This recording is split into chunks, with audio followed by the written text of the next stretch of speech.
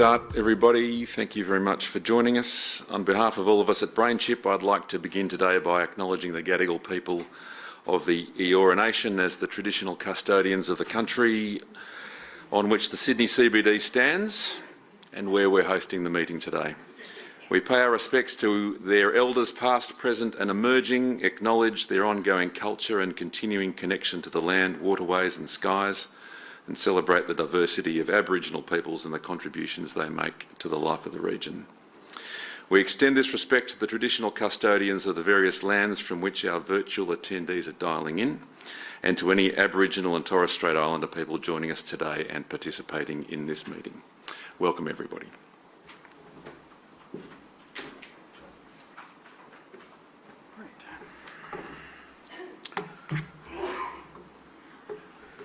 Thank you, Jeff. Right, good morning, good evening, or good afternoon, depending upon where you are, whether you're here or online. Welcome to the 2026 Annual General Meeting of Brainchip Holdings.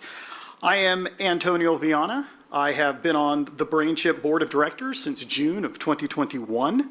I continue to have the pleasure and honor as serving as chairman of this fantastic company. This is my 5th AGM. I was appointed chairman of the company back in February of 2022.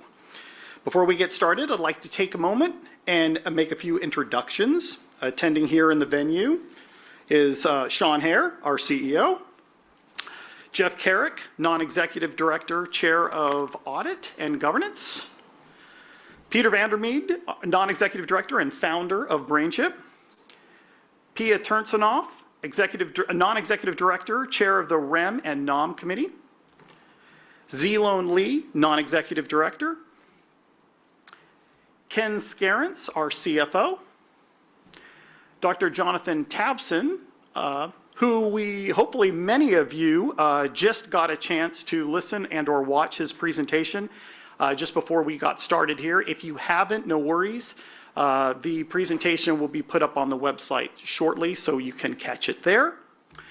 And then attending virtually is Kim Larkin, our company secretary, attending from Brisbane, and Marcus Ohm from HLB Mann Judd, our auditors. It is my understanding that a quorum is indeed present, so with that, I'm happy to formally open our meeting. On behalf of the Board of Directors and certainly the employees of Brainchip, I wish to thank everyone attending today. Thanks to those of you, whether you're here in person or connected via the online platform.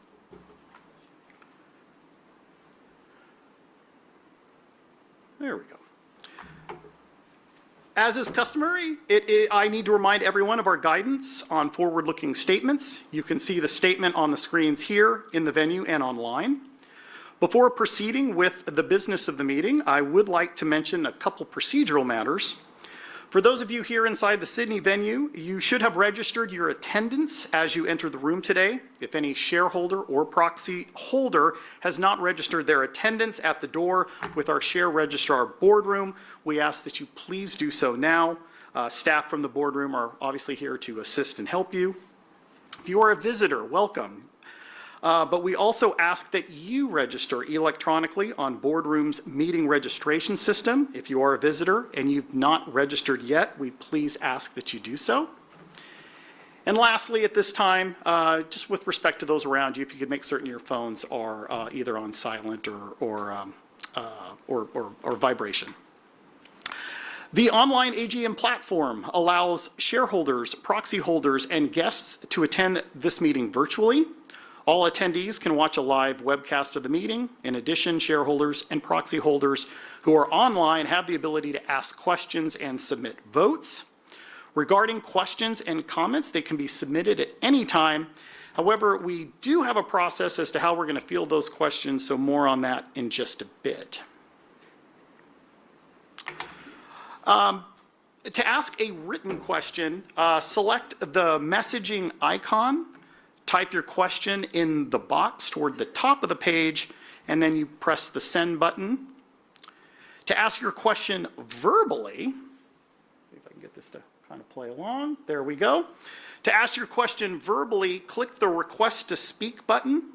You will be prompted to confirm your name and enter the topic of your question, submit your details, and select Join Queue to be connected.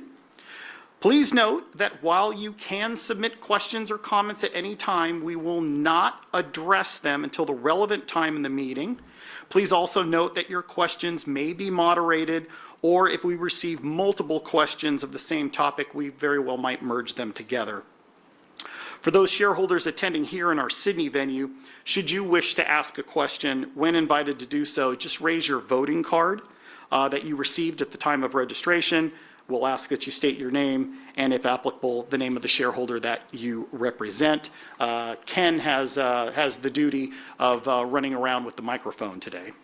Finally, due to time constraints, we may run out of time to answer all your questions. If this happens, where appropriate, we'll answer them in due course via email or by posting responses on our website, but rest assured, we want to make certain we answer everyone's questions, and we'll do our best to do just that.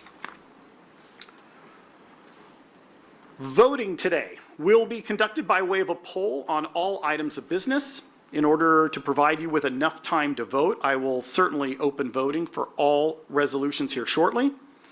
Those shareholders attending here in the Sydney venue will have received a voting card when registering your attendance. In-room attendees may vote by scanning the QR code on the front of your shareholder admission card using your smartphone. Select in-room to access the resolutions. Then choose your preferred voting option. Your vote will be recorded automatically, and it may be changed at any time up until the point where the poll is closed. If you experience any difficulty voting on your own device, we just ask that you wait until the meeting has concluded and seek assistance at that point. Our share registry staff will be available immediately after the meeting to assist you in casting your vote, perhaps using one of our devices in the event that there's a hiccup there. Alternatively, you can always vote old school and simply mark your voting card and that you received upon a registration. Paul Cook of Boardroom is right there in the middle of the room. He has been appointed as the returning officer and will collect all voting cards at the end of the meeting. And I jumped too fast. Okay, sorry about that. For those attending this meeting virtually using the online AGM platform, if you are eligible to vote, a voting tab will appear once I open voting. To cast your vote, simply select one of the options. Your vote is automatically recorded. There is no need to press a submit or enter button. For those on the platform, you do, however, have the ability to change your vote again all the way up to the point where I declare voting closed. Once voting is closed, whatever the voting option you selected at that time becomes locked, and that's your final vote. Okay, so with all that said, I'm going to declare voting officially open as of right now on all items of business. For all attendees, the voting tab should soon appear on your screens, and you are eligible now to submit your votes at any time. Again, I will give clear warning before I move to close voting, which will come obviously after the last resolution of business. So, all right, with all that out of the way, we are going to move forward to the content portion of the AGM. This is being a little fickle, but we'll get through it. So for this year's AGM, we're going to have two addresses before we get to general business and the resolutions. The first presentation will be from our founder and non-executive director, Dr. Peter van der Made. And the second presentation, as you would expect, is going to come from Sean Hare, our CEO. So with that, Peter. Yes, thank you, Antonio. And thank you for all here for the opportunity to present my vision and to discuss my views on the Brainchip trajectory as the AI market evolves and accelerates. This is a short index of what I will be addressing.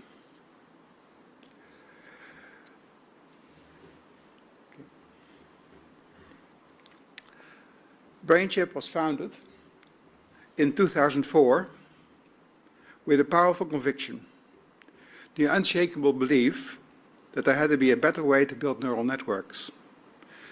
Back then, long before deep learning, before the deep learning revolution, neural networks were fragile and hand-coded. They took an enormous effort, but were limited in performance. I saw an opportunity for something fundamentally better, something transformative. That was the vision. When traditional computer science wasn't enough to answer the deeper questions of intelligence, I turned to the most extraordinary learning machine that we know of, the human brain. That began a 7-year journey of exploration, study, and discovery that reshaped my understanding of how learning advances intelligence, which ultimately became the subject of my 2011 book, Higher Intelligence, and the foundation of the Brainchip technology in 2015. By that time, we set our sights on building a silicon chip, but convolutional neural networks and deep learning had taken center stage and had changed the technological landscape. To create a commercially viable product, we realized we had to unite the elegance of and efficiency of neuromorphic engineering with the powerful architecture of deep learning. The result was truly unique. A device that could be trained through deep learning and could continue to learn on chip in real time after training, operating at a fraction of the power that is demanded by GPU-based systems. That innovation became the AKD 1000 silicon chip in 2019. And even now, people continue to surprise us with the advanced applications that they can build on this technology. I present here one recent example that shows Akida as part of a larger system environment. We have seen Akida gain traction across multiple mission-critical markets, such as space, defense, radar, and medical devices, driving strong industry recognition of both the Akida and Brainchip names. Kevin D. Johnson, the IBM field CTO, wrote on LinkedIn, and I quote, "Brainchip Akida gives us inference that runs in microseconds on milliwatts, more than fast enough to process music at the speed of music. Symphony turns 10 independent chips into one coherent hive mind, producing the canon together." And further, in online trading, Brainchip Akida classified a vocal shift in 71 microseconds on an AKD 1000 neuromorphic chip. No GPU, no massive compute. For context, average execution latency for retail traders is 20 to 50 milliseconds. Akida's inference, original Akida 1000, is 300 times faster than that. Detect the signal and execute the trade, all within a single click. And here's another example of his work. Defense faced a problem where thousands of data objects flooded the Palantir system. They had no way to control the flow. GPUs demand power, cooling, and infrastructure that the technical edge simply cannot provide. Neuromorphic processing changes that equation. Spiking neural networks on milliwatt silicon, AKD 1000, classify at the sensor itself, turning raw data into meaning before it even touches the network. The system runs in 5 layers, marked here: sensor, satellite, shared storage, orchestration, and an ontology. Brainchip AKD1000 processors sit at the sensor edge. Each processor runs a trained, Each processor runs a trained spiking neural network, purpose-built for modality. Virtual classifiers on cameras, RF classifiers on software-defined radios, a BLE classifier scanning for commercial fleet beacons, and an acoustic classifier on audio feeds. Inference runs at sub-millisecond latency on milliwatts, making these processors easy to place in the field on battery power, solar, or any constrained platform. The output is a 128-byte observation record containing a classification label, confidence score, threat score, timestamp, sensor type, and source identifier. More can be found at Kevin Johnson's website, kevinjohnson.org. The Akida 1000 is still a chip that is coming into its strength as more and more people start to appreciate that neuromorphic processing is far more energy efficient than GPU processing. The Akida 1500 strengthens that foundation by delivering higher performance and a smaller form factor, even at lower power.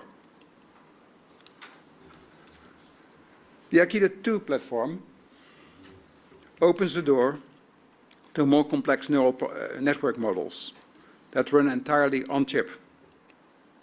The Akida 3 family will enable small computers to run private large language models. With each step in our evolution, we have moved closer to fulfilling our original vision: intelligence that is power efficient, adaptive, and matching the unique demands of the edge AI market. I believe that Brainchip is a force that shapes the evolution of AI at the edge. Like every pioneering technology company, Brainchip has evolved and reinvented itself as markets are maturing. I've given some examples here. Even NVIDIA, now seen as an unstoppable force, spent decades processing its own identity, or progressing its own identity. Like so many others, this journey is a testament to perseverance and strategic reinvention. Founded in 1993 as a graphics company in an already crowded field, they pivoted to gaming, then pivoted again to parallel computing. In 2006, CUDA opened the door to broader applications, and they embraced AI in 2012, when the world saw the first neural networks trained with deep learning.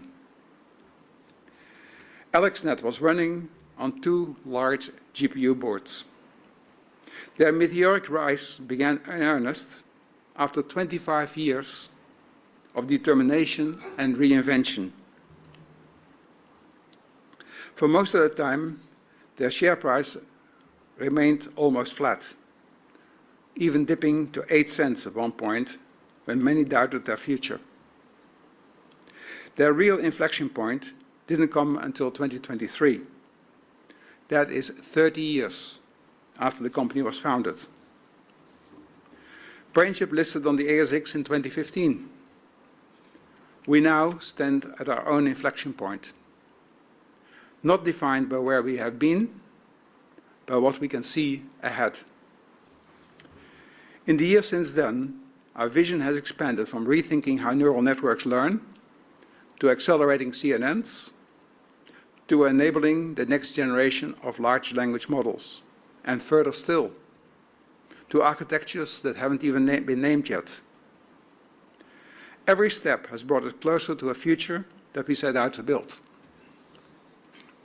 Through all this, my confidence in the current Brainchip management team has only deepened. I believe wholeheartedly in our current management team and the strategy.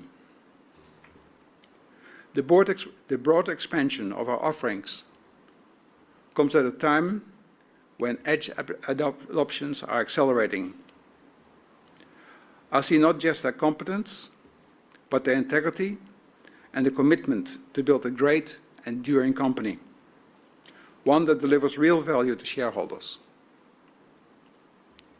I fully endorse the strategy and development plan that was presented by Dr. Tapson, because it aligns with where the market is heading and where innovation is needed most. Its impact is becoming clear. As traction continues to build across silicon chip sales and IP licenses, our journey is far from complete, but our foundation is strong. Our technology is truly differentiated, and the courage to innovate remains the hallmark of every company that goes on to shape the future. Deep tech journeys are never short. Yet, our direction is clear. Our product is stronger, more focused, and more impact than ever before, reflected in improved product support, an expanded product portfolio, growing market interest, and ultimately, strong traction. I am optimistic about the years ahead. 2026 is also a formative year for the company. The next phase of our future begins in the second half of this year, when the Akida 1500 production chip becomes available in large quantities. As we move forward, we do so with clarity, confidence, and a shared belief in what we are building. With our strategy firmly in execution and momentum building, we are ready to translate ambition into lasting value. Thank you for your time and your belief in the journey ahead. Together, we are shaping the future of AI. And Brainchip is proud to be at the forefront of that transformation and delivering lasting value along the way. Thank you. And now I hand off to Sean.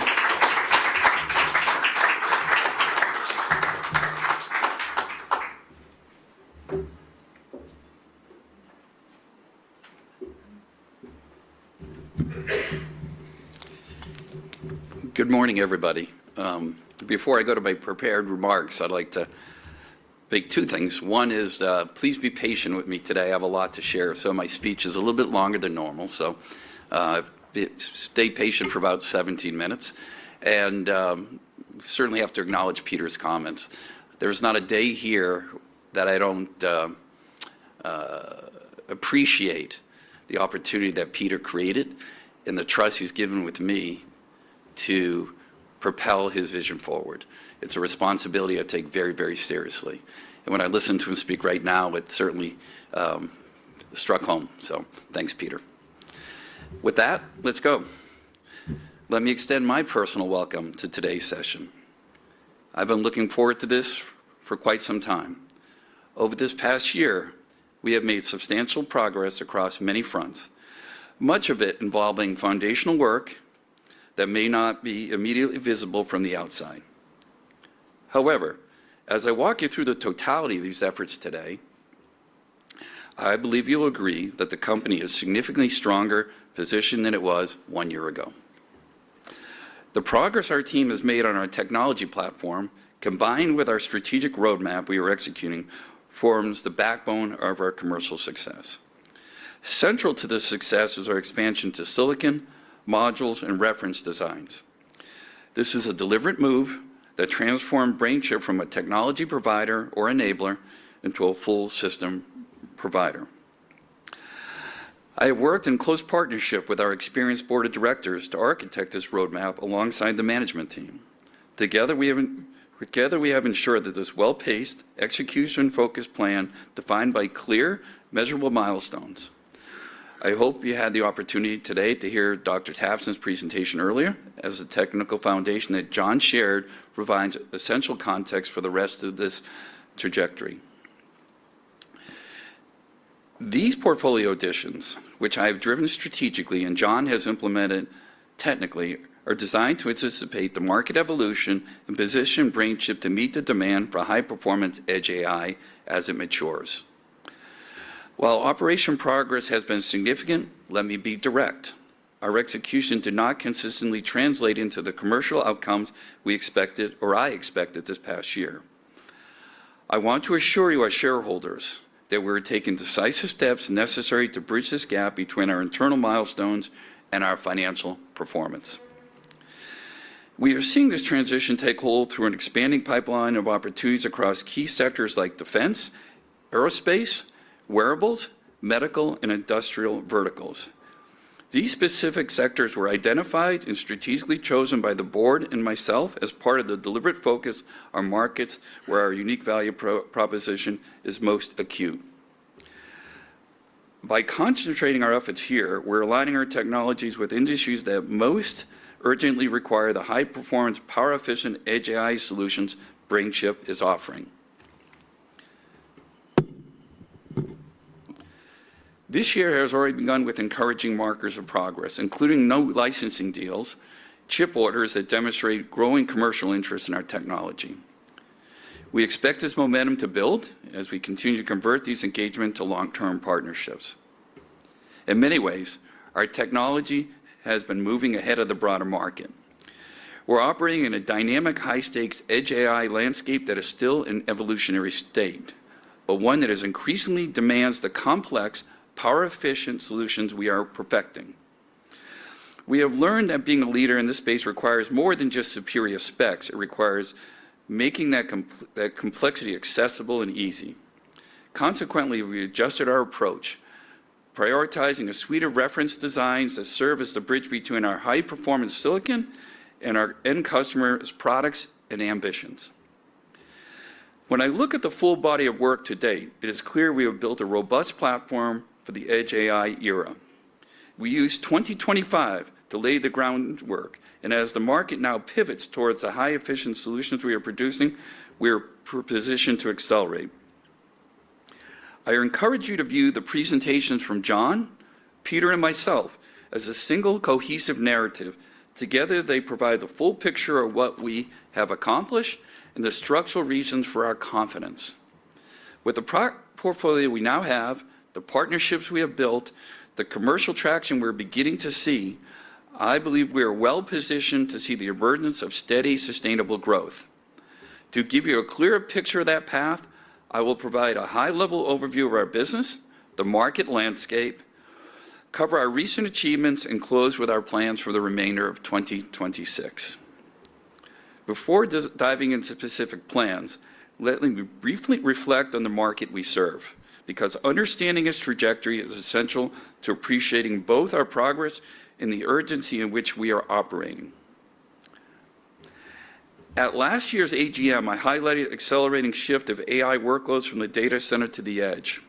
Over this past year, that shift has continued at an extraordinary pace, driven by demand for lower latency, greater power, and the practical reality that not every device, not every use case can rely on a persistent cloud connection.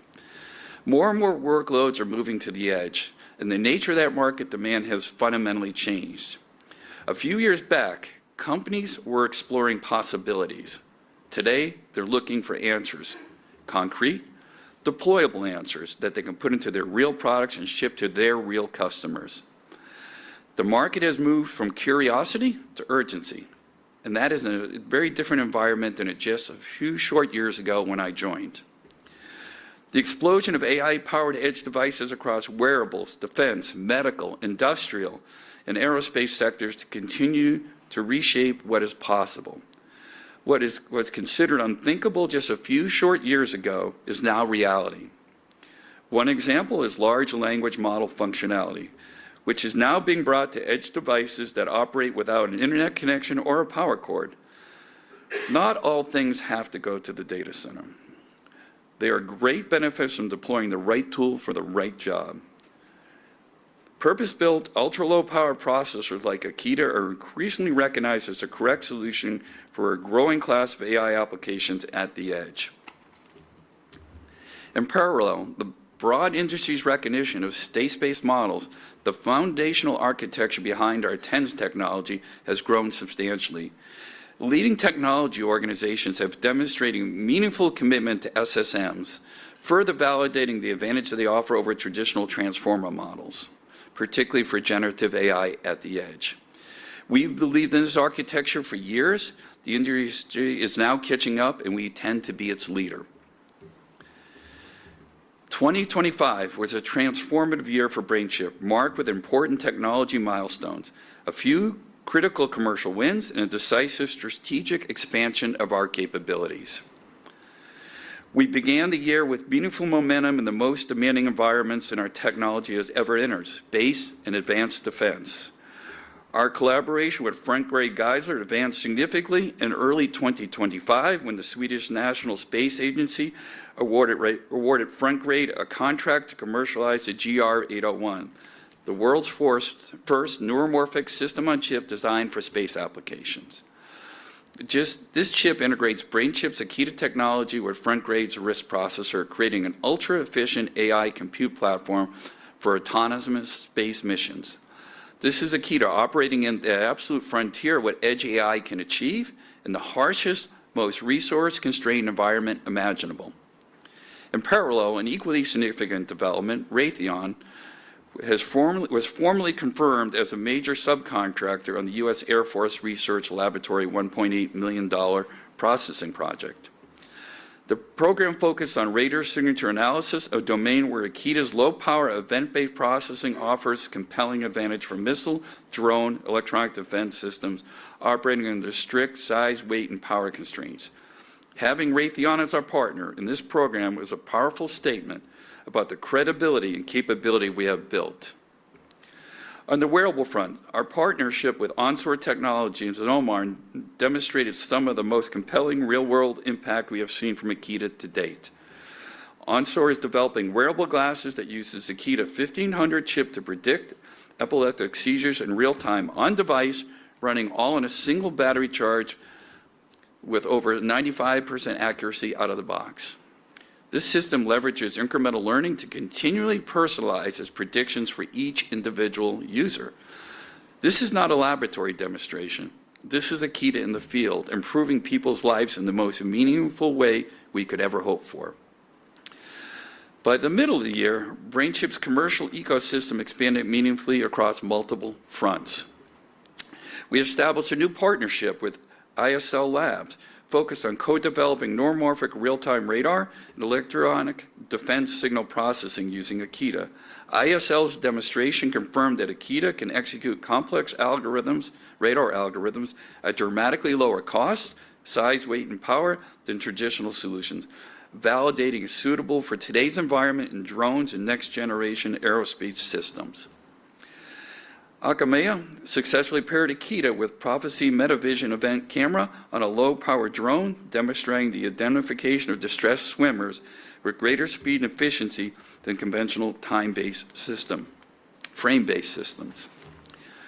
Andy's technology showcased Akita operating with its RISC-V compute environments, highlighting the applicability for other markets such as automotive, industrial, and security environments. Chelpus out of Taiwan selected Brainchip's Akita chips for industrial robotic security applications, purchasing not only an enablement package, but some Akita 1000 devices for qualification and deployment. This engagement extends not only to Chelpus, but its partner, a very large company called Merle, in their development of autonomous robots in industrial factory environments.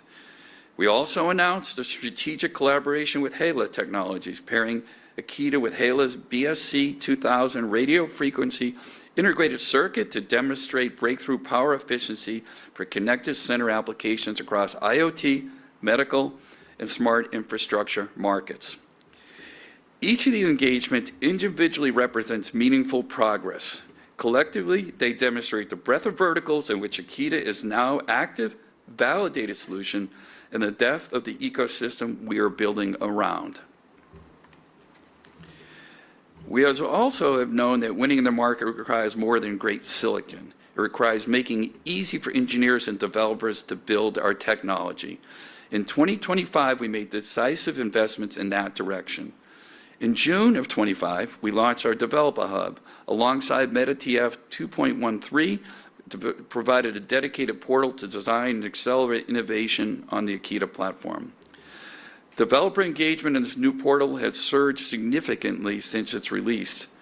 We followed that in August with the launch of Developer of Akita Cloud, giving engineers hardware-free access to Akita 2 for real-time streaming, model testing, and accelerating iteration cycles.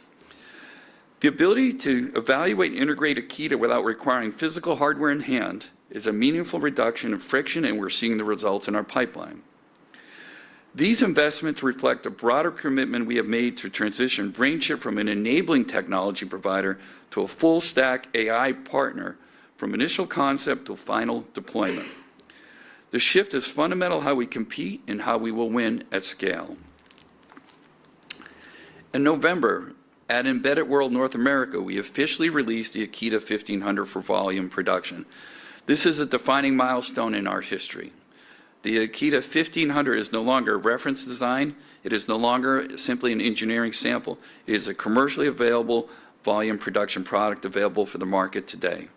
Shortly after our launch, we received an initial order from NextNovus for the deployment of the Neuromorphics NeuroBlocks product, a clear signal of the growing commercial interest and real-world utility of Akita 1500 across the developer and integrator community. Additionally, our long-standing engagement with Parsons Corporation culminated in a multi-year strategic supply agreement, including an initial order of 10,000 Akita 1500 chips, manufacturing commitments, continuity of supply provisions, and tiered pricing for larger volume deployments. Parsons will integrate Brainchip's Akita processors into its mission-critical platforms to enhance adaptive performance in constrained dynamic defense environments. This environment precisely is a kind of deep strategic commercial relationship we are building toward. It validates the Akita 1500 and production-grade solution for the defense sector and establishes Brainchip as a committed long-term supplier to one of the most demanding customers in the world. We have also established a distribution partnership with DigiKey, one of the world's leading electronic components distributor, introducing 3 Akita-based development platform boards into their global catalog. This partnership is the cornerstone of our strategy to expand our commercial reach and make technology accessible to the broader engineering community worldwide. As we move to 2026, our focus will be concentrated on 4 critical objectives. 1, drive commercial deployment of the Akita 1500, now that we have it, at scale through direct channels, direct engagement, model partners, and global distribution. Launch our reference design platforms covering wearables, radar, speech assistance, and electronic warfare to accelerate customer adoption and time to market. 3rd, secure larger and higher value commercial wins across IP licenses. Deliver our Akita Gen AI product, or Sequent, that is now known, product to market the second half of this year, establishing Brainchip as the definitive solution for on-device generative AI. Let me elaborate further. As we look ahead, my foremost priority is clear: to significantly increase both the rate and value of commercial wins. With this expanded set of offerings and our expanded distribution footprint and the intensified go-to-market effort. With a rapidly growing pipeline of opportunities across defense, aerospace, wearables, medicals, industrials, we are positioned to achieve meaningful revenue in 2026 and into 27. We started the year with an important Akita 2 licensee, Edge AI. We announced another one just last week, and we were down-selected by a critical defense contractor, Forward Edge ASIC and chip orders as well. We expect the momentum and number of closings to increase throughout the year. At the heart of this strategy is the same customer-centric culture that I have installed and we have embraced across the company. Every department is aligned around one simple principle: nothing is more important than addressing the needs of our customers and our potential customers, ensuring that we respond swiftly, effectively, and with purpose. Before our next AGM, we aim to achieve several milestones I consider essential to our trajectory. We will bring a commercially ready Gen AI offering to market. The work being done on Akita Gen AI or Sequent and our TENS-based algorithms delivering LLM capability is progressing with urgency and progressing on schedule. On-device generative AI running without connectivity at milliwatt power is a capability the market has been waiting for, and we will deliver it. We will launch reference designs covering the verticals we see the strongest near-term commercial demand: wearables, radar, speech assistant, and electronic warfare. These platforms are critical to accelerating customer adoption and reducing time to market for our partners. They also demonstrate concretely Brainchip's evolution from an IP company to a complete solution provider. We will expand our channel and module strategy, putting Akita 1500 in boards and boxes through distribution partners, bringing Akita-based modules to a much wider range of customers and system integrators that we can serve than we could ever serve directly in engagements alone. DigiKey is the start, and we will build on that aggressively.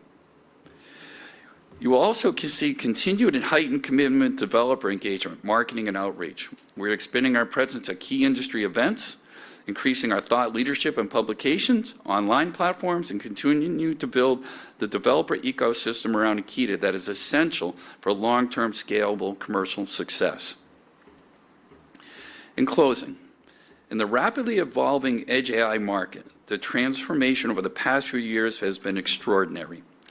What we began as a space explored by a handful of early-stage players has become a dynamic, high-stakes industry demanding complex, high-performance, power-efficient solutions across sectors that matter enormously: defense, healthcare, aerospace, and beyond. As Dr. Tapson and I have outlined today, we have taken deliberate and decisive steps to position Brainchip as a leader in this evolving environment. The work we have done and continue to do strengthens the foundation for us to thrive. 2026 is a critically important year. The entire Brainchip is operating with a sense of urgency, keenly aware of the importance of what we are building in the window of opportunity in front of us. We are no longer asking people to imagine what neuromorphic computing can do. We are showing them, and they're showing us. I firmly believe that edge AI market will consolidate to a handful of few leading providers. With every commercial win we secure, and every product we bring to market, and every partnership that we deepen moves us closer to being one of, if not the only leader in this market. The accomplishment achieved by this team are a testimony to the vision, resilience, and the drive of the entire Brainchip team. We move forward with pride and purpose. I want to thank you for your continued support and trust in our mission. And with that, I'll turn the meeting back to our chairman.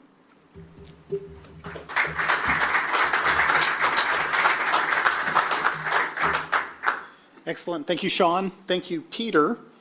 So at this time, we would like to field questions with respect to the founder's address and the CEO address. Again, let me reiterate, if you have a question that's outside of that, we'll get to that in another portion of the AGM. So why don't we start with the online platform. Kim, hopefully you can hear me okay. Do we have any questions, comments through the platform? Antonio, we do have a number of questions. Many of them centre around revenue, but I will consolidate that into one, which I think will provide the answers, and that is whether the board can outline what it expects in its 1, 3, and 5-year strategy regarding deal flow and chip/IP sales. Okay, Sean, I'll let you have first go with that. Sure. As part of I think the question was around the board, but I'll answer it on behalf of the company, and Antonio can elaborate for the board. Part of our running a company, of course, is not only an annual budget, but it's a strategic plan. And we go through that cycle. I start that process immediately after this. We have our meeting in November or December of the year. And during that, I talk about some of the things that we talked about today, which is expanding our portfolio. There's kind of really important strategic decisions. In addition to that, I provide to the board a forecast for those kind of timeframes, which I wrote down 1 and 3 years. So the board has that, and they ratified that. It does take us on a path. The number that you can read about for our long-term incentive plan is $38 million over the next 3 years. My goal is to exceed that, but that is what the board we have, and that's what our long-term incentive plan calls out. I don't think there's anything to add to that. That's exactly how I would have answered it. Kim, I'll defer to you again. Are there any other questions? There are, Antonio. The questions are around engagements that the company has or is looking to have. So one being, given that Samsung and Apple are working to improve battery life in upcoming devices, have they assessed or ruled out Brainchip's Akida technology for low power on-device AI, amongst other advantages that it offers? And if not, has Brainchip engaged with either of them to highlight these benefits?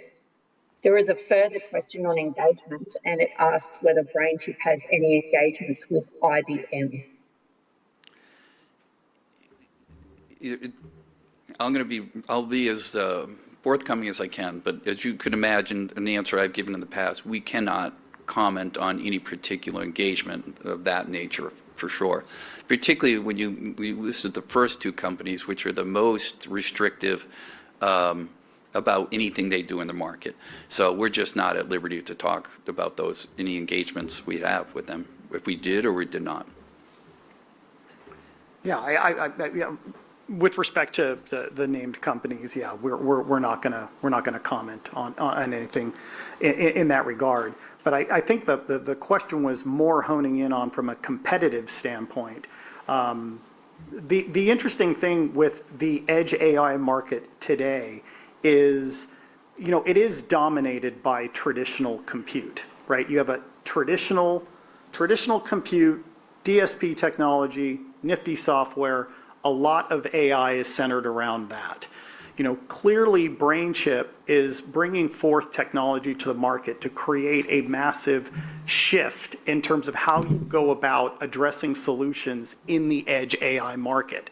So from a competitive standpoint, you've got a couple competing interests going into the market, but you have no clear path to which the market is converging. And that's what's kind of exciting about Brainchip. I'll point to one example if I can expand, and that is for those of you who watched Jonathan's presentation earlier today, and if you haven't, you'll see it in one of the slides. There was a slide where he had the smart glasses. And what was interesting is there's several components to basically putting together that smart glass solution, right? There's front-end audio, there's front-end video, and then there's the merge into the LLMs, and then there's all the back-end, which is the output of what those glasses would do. Brainchip is actually in a position today to take a solution like that and show you that we have a path for every section of that design flow as you create those glasses. And the reason that's important is from a commercial and a competitive standpoint, we can demonstrate that if you want to create something like that, all of those various boxes, we have a solution for. Now, you very well may look at it and say, well, I don't need you on the front end here, and I don't need you on the mid-range here because I'm going to do that part myself. Great, have at it. Go do it yourself, but you're more receptive to our technology because in all of those areas, we have a solution, right? And so that's the confidence that we're starting to see in the marketplace, and that's where we believe our competitive edge is starting to come forward, and people are starting to see it, and people are starting to invest more and more resources to prove it out. And so from a competitive standpoint, that's where our confidence is coming forward. Questions in the room? Why don't we take a few in the room? There's one right here, Ken.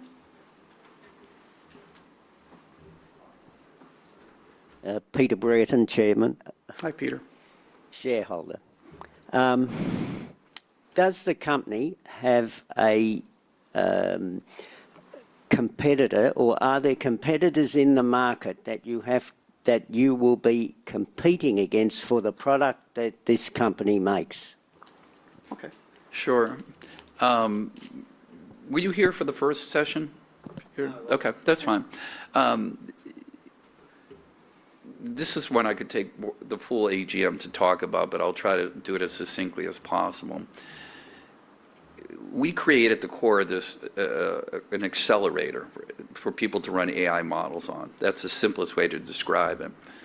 And you can run AI models effectively on anything. It doesn't mean they'll run well. You can run AI models on a classic CPU. It's just not very efficient or performant. So you could look at anything that runs compute as a competition. And what the industry is clearly gravitating toward is specialty hardware for these workloads. And that's where we shine. So you're going to always compete about what we call good enough or traditional compute. I think Antonio may have touched on that a moment ago. That's always there when you go to an environment.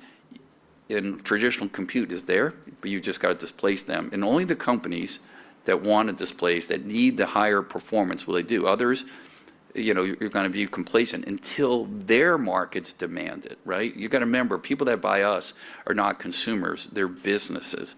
And when their business demands higher performance, certainly in a smaller footprint and lower power, that's when they come to a company like us. Companies like us, now let's call them classic edge accelerators. Yeah, there are ours out there, but we're highly confident, and we can give you a lot of data on that, where we stand on a classic technology bake-off, in terms of performance against power and things like that. But you've got to overcome all those competitive things, which is traditional compute. We just have, those companies, and then on the let's call it classic NPU startups and smaller companies, we outperform them. And it's not only, by the way, just on what earlier I called speeds and feeds. We always have to do better, but it also means we also have to support a wider range of models than those people. We have to make it easy to adopt our technologies and get your models onto it. So we compete exceptionally well on all those vectors. Any other questions in the room? And maybe one more comment, if you don't mind. Please. That is exactly where I put most of my energy, to ensure that we're competing on all of those vectors, right? You don't want to just say, beat them on, low power, low speed. All of those things. You've got to have the world's best software stack. Peter mentioned CUDA. We're putting a lot of energy in our software stack to ensure that we're there. We want to make sure we have the broadest coverage in our models, the broadest set of model coverage companies in there, the broadest set of application providers to do that. That's how you're going to win, and that's how we're going to position this company. All the way in the back there. Ken? Yes. Yeah, okay. Hi, Peter from Geelong. I'm interested, Sean, you mentioned the 38 million forecast over 3 years.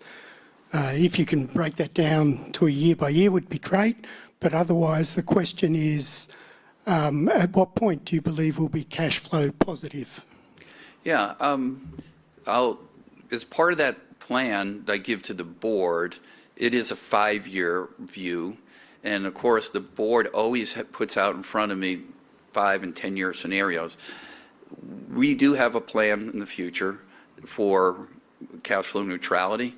It's something that the board has in mind, but I'm not going to share the particular date right now because a lot of things could happen, and I don't think you want me to share that date, because if we run into a tremendous opportunity, that is not the time to try to come to a cash flow neutral. You want to invest into those markets, right? You're in a deep tech environment that Peter referenced earlier.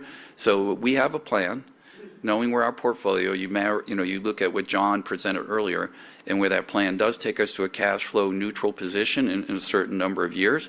But I want to maintain that flexibility, of course, with the board's approval to invest heavily and extend that if we see a market opportunity, because that's where the real value is for our shareholders. Antonio, I don't know if you want to add to that. No, I think that was well answered. Tom here.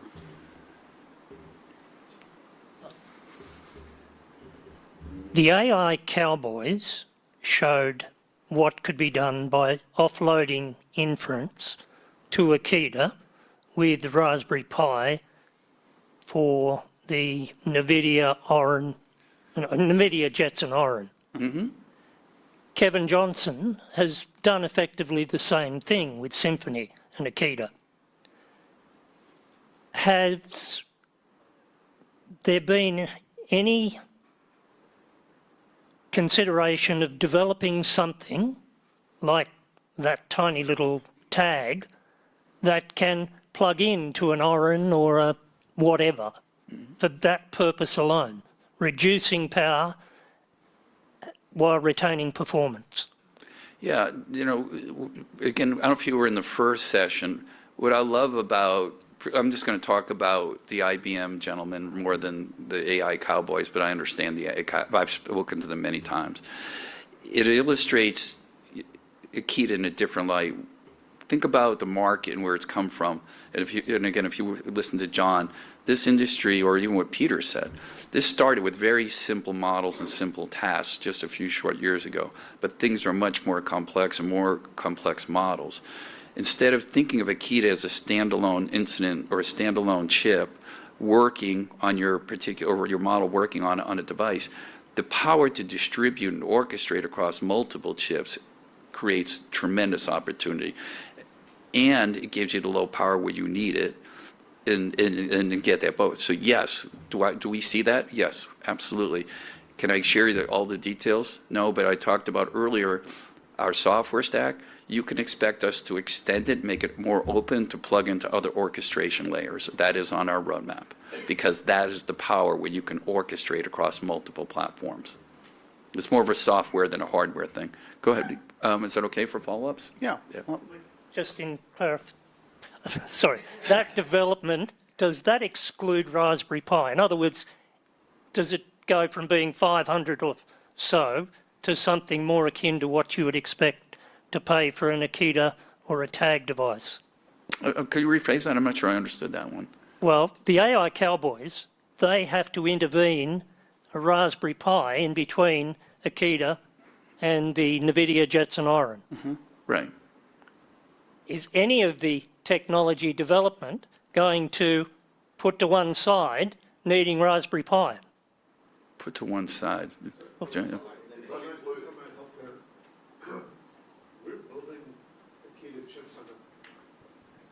Thank you, Ken. We're building Akita chips on a form factor which is called M.2. It's a standard little circuit board about the size of a postage stamp.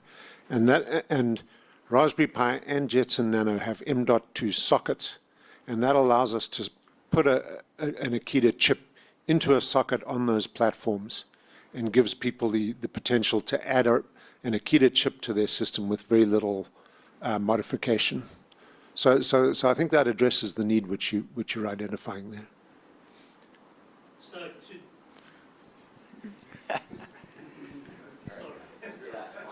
No, it's okay. So to do in abstract what the AI cowboys are doing, you're suggesting the M2 card doesn't require the Raspberry Pi. That's correct.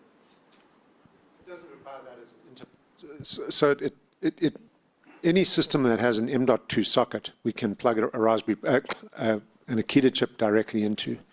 And a Jetson Nano has an M.2 socket, so that allows you to plug an Akita chip directly into the Jetson Nano. And pretty much every microcomputer system these days has M.2 sockets. So it gives us a very easy way to build an Akita system to plug into pretty much everybody's platform. Let me add to that, because think about it this way, too. So if you're referencing the AI cowboys, the benefit they saw is just what I said, specialized hardware. You could run models and other things. They were running those models. And again, I'm not going to say anything about anybody's platform, whether it's good or bad. But the minute they put our chip on an M.2, plug it in, put the model on there, it runs that much more efficiently, which is the whole value proposition for the company, right? So those models were running on those platforms that you referenced, those hardware platforms.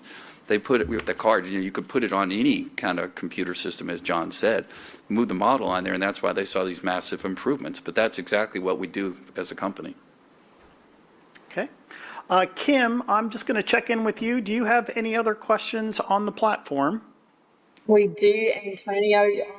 One being whether the board foresees the need for capital restructuring within the next 2 years. Okay, I think you cut in and out, but I think the question was, in the next 2-year time frame, do we see a need for some form of capital raise? Was that the question, Kim? That's correct, yes. Okay. Ken, you want to take first go at that? Yeah. In the next 2 years, we will likely have to raise capital. We know that. Really, the only question is how will we raise it? At this point, up until this point, the best means of raising capital for us has been with placements or use of the LDA instrument. In the next 2 years, or possibly beyond, it is our hope that we can start incorporating different instruments. We've had offers and looked into different instruments in the past, things like convertible debt or straight debt placements, but none of the terms that we're getting right now are acceptable to us. Before we can pursue some of these other instruments, we need to establish more recurring and stable cash flows. And when we achieve that, we think we'll have more opportunities. Yeah, the only thing I wouldn't mind is tacking on to that is, one thing at the board level that we think about as well is as we've enhanced the roadmap and our reach gets a bit broader and we get more into reference platforms and more total solutions, that does open additional potential avenues for us in terms of maybe a strategic comes involved with respect to a certain portion of our roadmap, and that could open some capital raising capabilities. In the past, I would argue Brainchip was fairly limited, obviously, and even investigating that as an option. But now with a more enhanced, robust roadmap that's more broad and comprehensive, those are options that we're investigating as well. So everything is on the table. This will be the last question for this section, if that's okay. Dimitri Rosettis again, a shareholder. Revenue related, but from a long time ago. We had the time where Mercedes-Benz, with their concept car, announced that they were involved with Brainchip. The share price went up to $2.50. They said the concept car was a 2026 development. And that was back, I don't know, several years ago. We're at the time it's 2026. Have we seen any interest or revenue or from Mercedes in the development of that announcement? Question. Yeah, similar to my earlier answer, I can't really comment on any particular customer, but what I would say is there's an indication of what happens in the industry too, right? A concept car to production is a long time. It's a very long time. The auto industry goes, many, many years. And so when you're in the business that we are, we get in early and grow with them to have it. But I can't comment on the particulars with Mercedes. I'm sorry. Okay. All right. I'll let Steve sneak in. So this will be the last question, then we'll move on. So question from Steve. Thank you, Antonio. I do appreciate it. For those who don't know me, my name's Steve Liebeskind. I worked with Peter in the foundation of Brainchip back in the noughties, and as we went through and went to the RTO in 15 and certainly got heavily involved in 16. I have been on the board of Brainchip for 2.5 years, and I am a top 20 shareholder. The reason I'm talking at this point in time is the question that was raised about the $38 million in orders over the next 3 years. I appreciate the challenges of being able to say too much, but I've done a back of the envelope, some numbers on that. And what I'd like to say is a few things. Firstly, last year there was a 9 million target on bookings, point one, and it would appear that came to didn't create the fruit that we were after. In fact, probably close to 0, point one. Point two, at last year's AGM, it was identified that when we talk about bookings, it was also, if there were third-party costs or consulting costs attributed to that, that would be reviewed and would be offset against the value of that $9 million. So that's the second point. And thirdly, when we're looking at bookings, that doesn't mean timing of revenue, nor does it relate to cash flow. So if we're looking for the forthcoming 3 years for 26 to 28, rough numbers could be, there could be $10 million for this year, 12 million for next year, and 16 million for the year after that. That's very much in line with what last year was meant to be for bookings, not necessarily revenue. And of course, life can change as each year an order can go forward. My concern is, and in light of the comment made about cash flow, is that if you do, as I said, back of the envelope number, the 38 million in bookings could equate to, let's say, 25 million or give or take in revenue. We do have a burn rate of 20 to 25 million cash a year. We've got $30 million in the bank at the end of December last year. So I could see that just on a where we are today, without any out of left fields or bluebirds, we could be somewhere short of about $30 to $50 million in cash flow by the end of that period of time. So and the other thing is, we really haven't been identified what's happened to that $9 million. Is that something? Is it a 12-month lag that's taken place, or is there any level of catch-up rugby, so to speak, as we say here? So there's some numbers I wanted to share that really do concern me about where Brainchip is at today. The technology and the management team fully support whatever, but those numbers don't particularly gel well with me.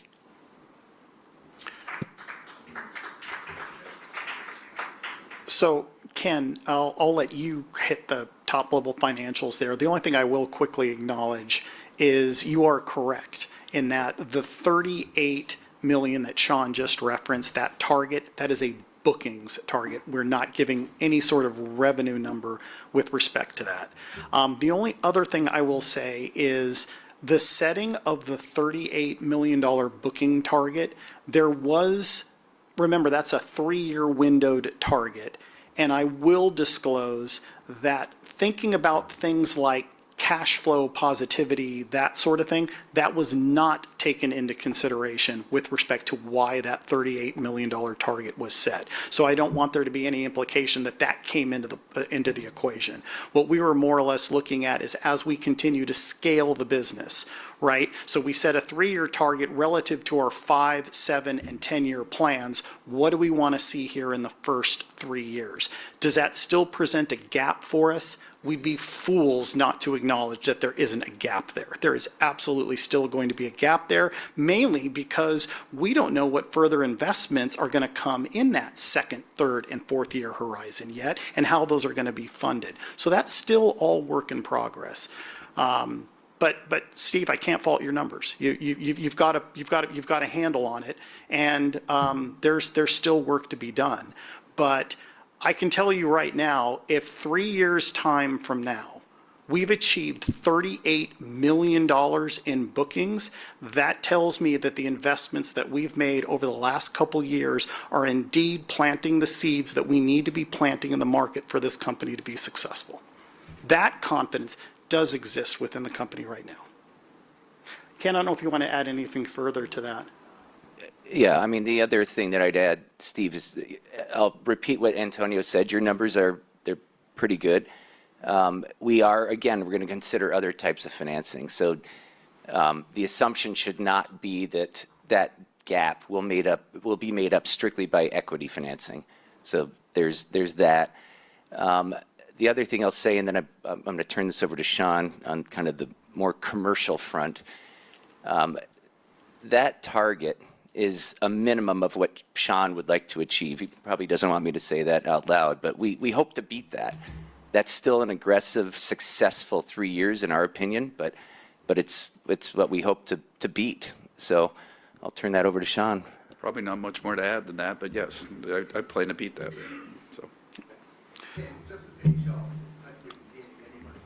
Just for the benefit of the people online, Steve, hold on just a sec. Sorry about that. Yeah, sorry. Just, I really want to be quick just so we can move on. Last year, the comment was the 9 mil was a stretch. It was meant to be a stretch to put onus, etc., and then to have fallback. But where we were, things occurred. We can't change that. Throughout 2025, we weren't informed about that number not to be achieved, etc. But to me, I am still concerned, and on behalf of all shareholders, $38 million is not a big number in over 3 years based on the expectations that have been presented to us in certain comments. Watch us now and a whole lot of other throwaway lines on reflection, which on hindsight everyone would like to take back.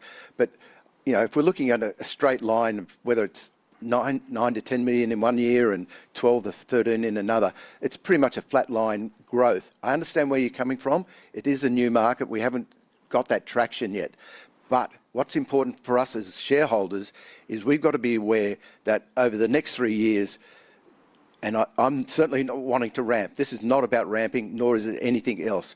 Shareholders have to be aware this is what the number's going to look like. There's going to be additional dilution to get this point in time until we get the momentum, get the excitement going into the marketplace. Just by an FYI, at the beginning of 2023, we had in the order of 1.7 billion shares issued.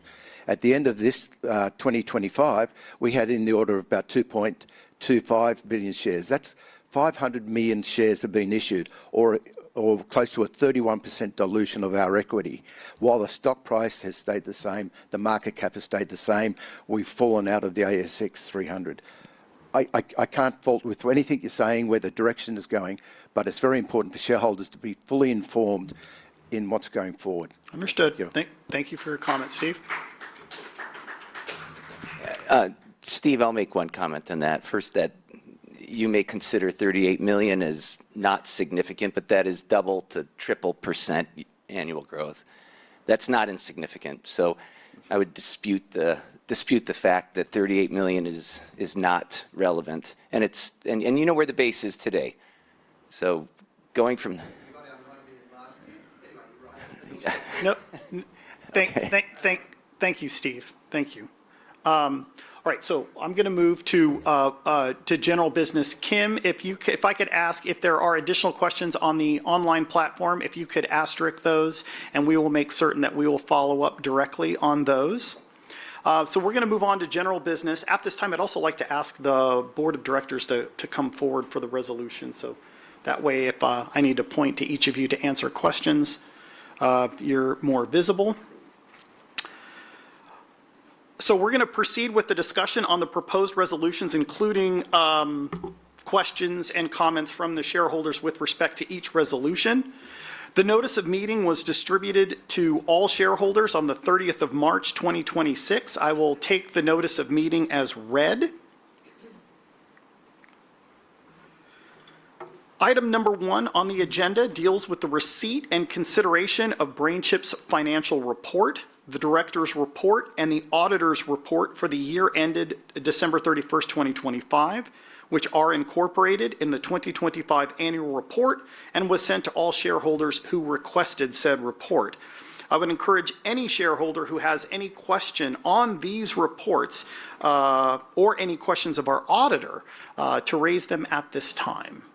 I'll start with Kim on the online platform. Are there any questions with respect to financial statements? There is one question, Antonio, but multiple questions within that question. So how much money has been saved by moving from Big Four firm Ernst & Young as the external auditor to the second-term firm Van Judd? With a market cap of 364 million, should we go back to having a Big Four audit firm, and when are we most likely to run a competitive tender for the external audit? The final part of that question is, given that we have reported US $218 million in accumulated losses and only have net assets of US $30 million, shouldn't we be capitalising more expenses? Ken, I'll let you address that. I'll answer the first part first, and Kim, I may need you to repeat the second part of that question. But the first part in regards to the auditors, I'll say first we have saved a significant amount of money, and it's not just a result of lower fees, it's a result of the audit firm that we're working with. I think just having a better understanding of the business we're in, our debt instrument the equity instrument that we had with LDA, they are able to get through things faster, more efficiently. It's been a very good relationship. There is absolutely no plan of seeking out another firm at this time. We couldn't be happier with them. Kim, could you repeat the second part of that question?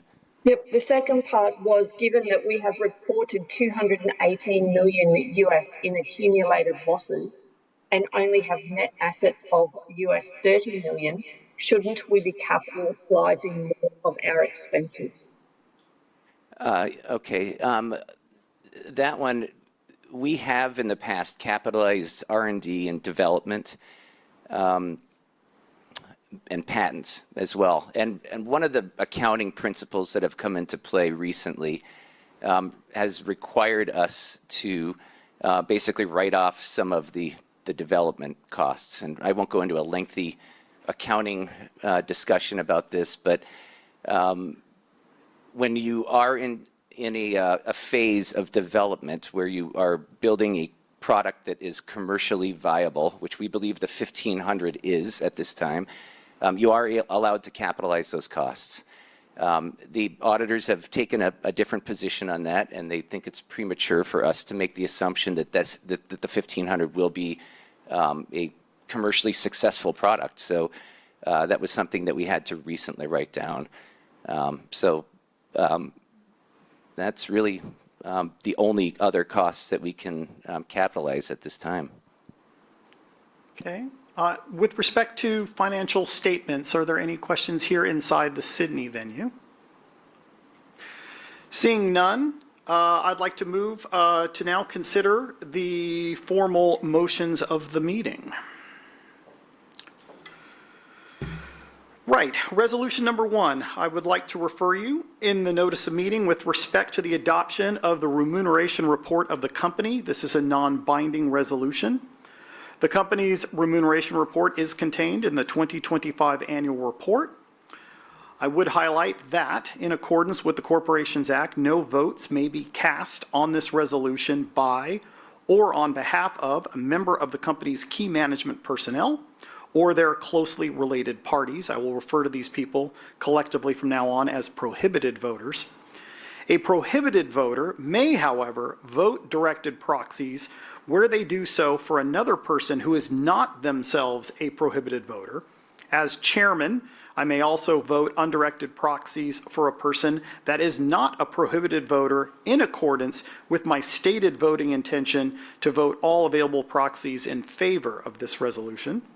However, it should be stated that in the interests of good corporate governance, the Brainchip board has chosen to abstain from making a formal recommendation in relation to said resolution. Kim, do we have any text questions, comments on the online platform with respect to this resolution? Antonio, we have 3. The first one being the CTO, CMO, and CDO being executives with direct access to financial and trading information are not classified as KMPs. The remuneration is therefore invisible to shareholders. Who made the decision to exclude them from KMP classification? And are you confident that that classification will stand scrutiny from ASX?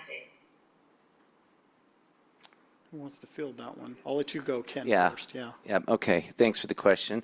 The decision was a group decision. It was made by myself, the auditors, the respective heads of my financial teams.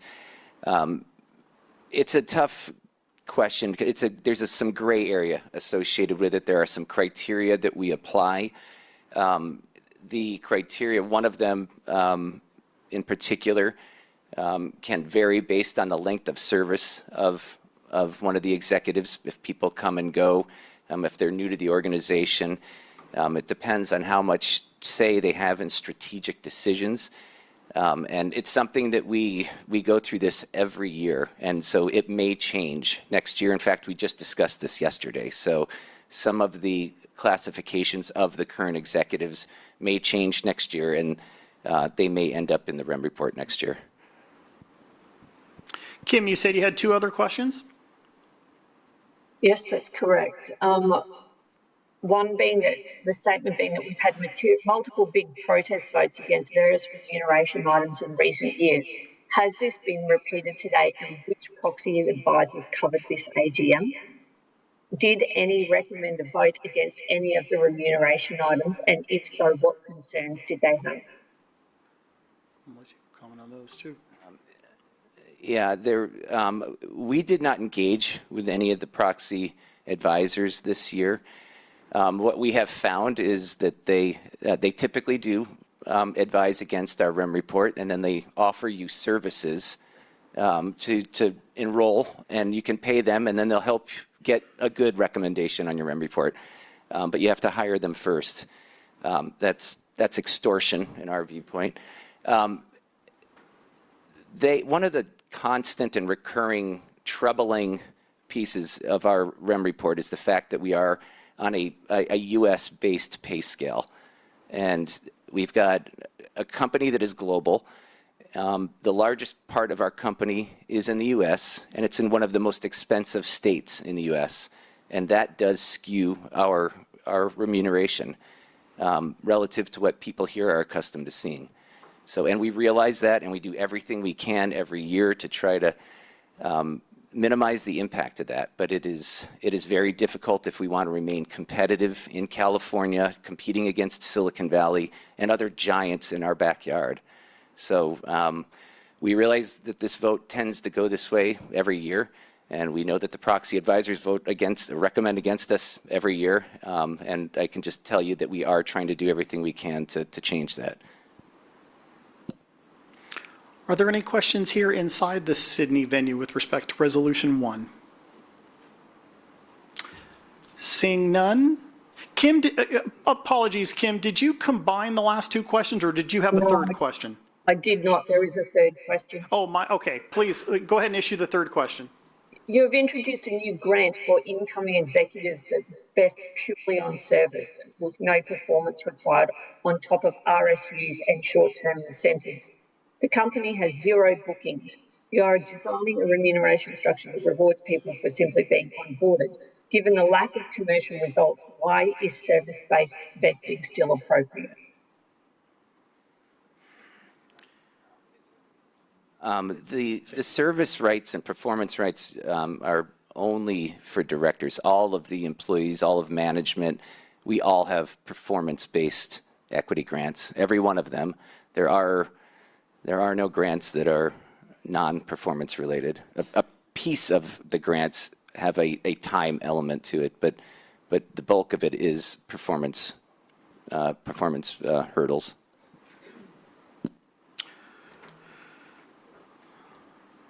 Okay, so was there a question there? Oh, I'm sorry, go ahead. Thanks very much. My understanding is that a remuneration of this type needs to align to some sort of performance, and I think the general shareholders look at this vote and say, hey, there's no alignment here between the executive team or directors and the shareholders, because that's what I referred to last year too. Mm-hmm. And the alignment needs to be, and I know we've said that the share price has no reference to where the company is going. It'll take care of itself.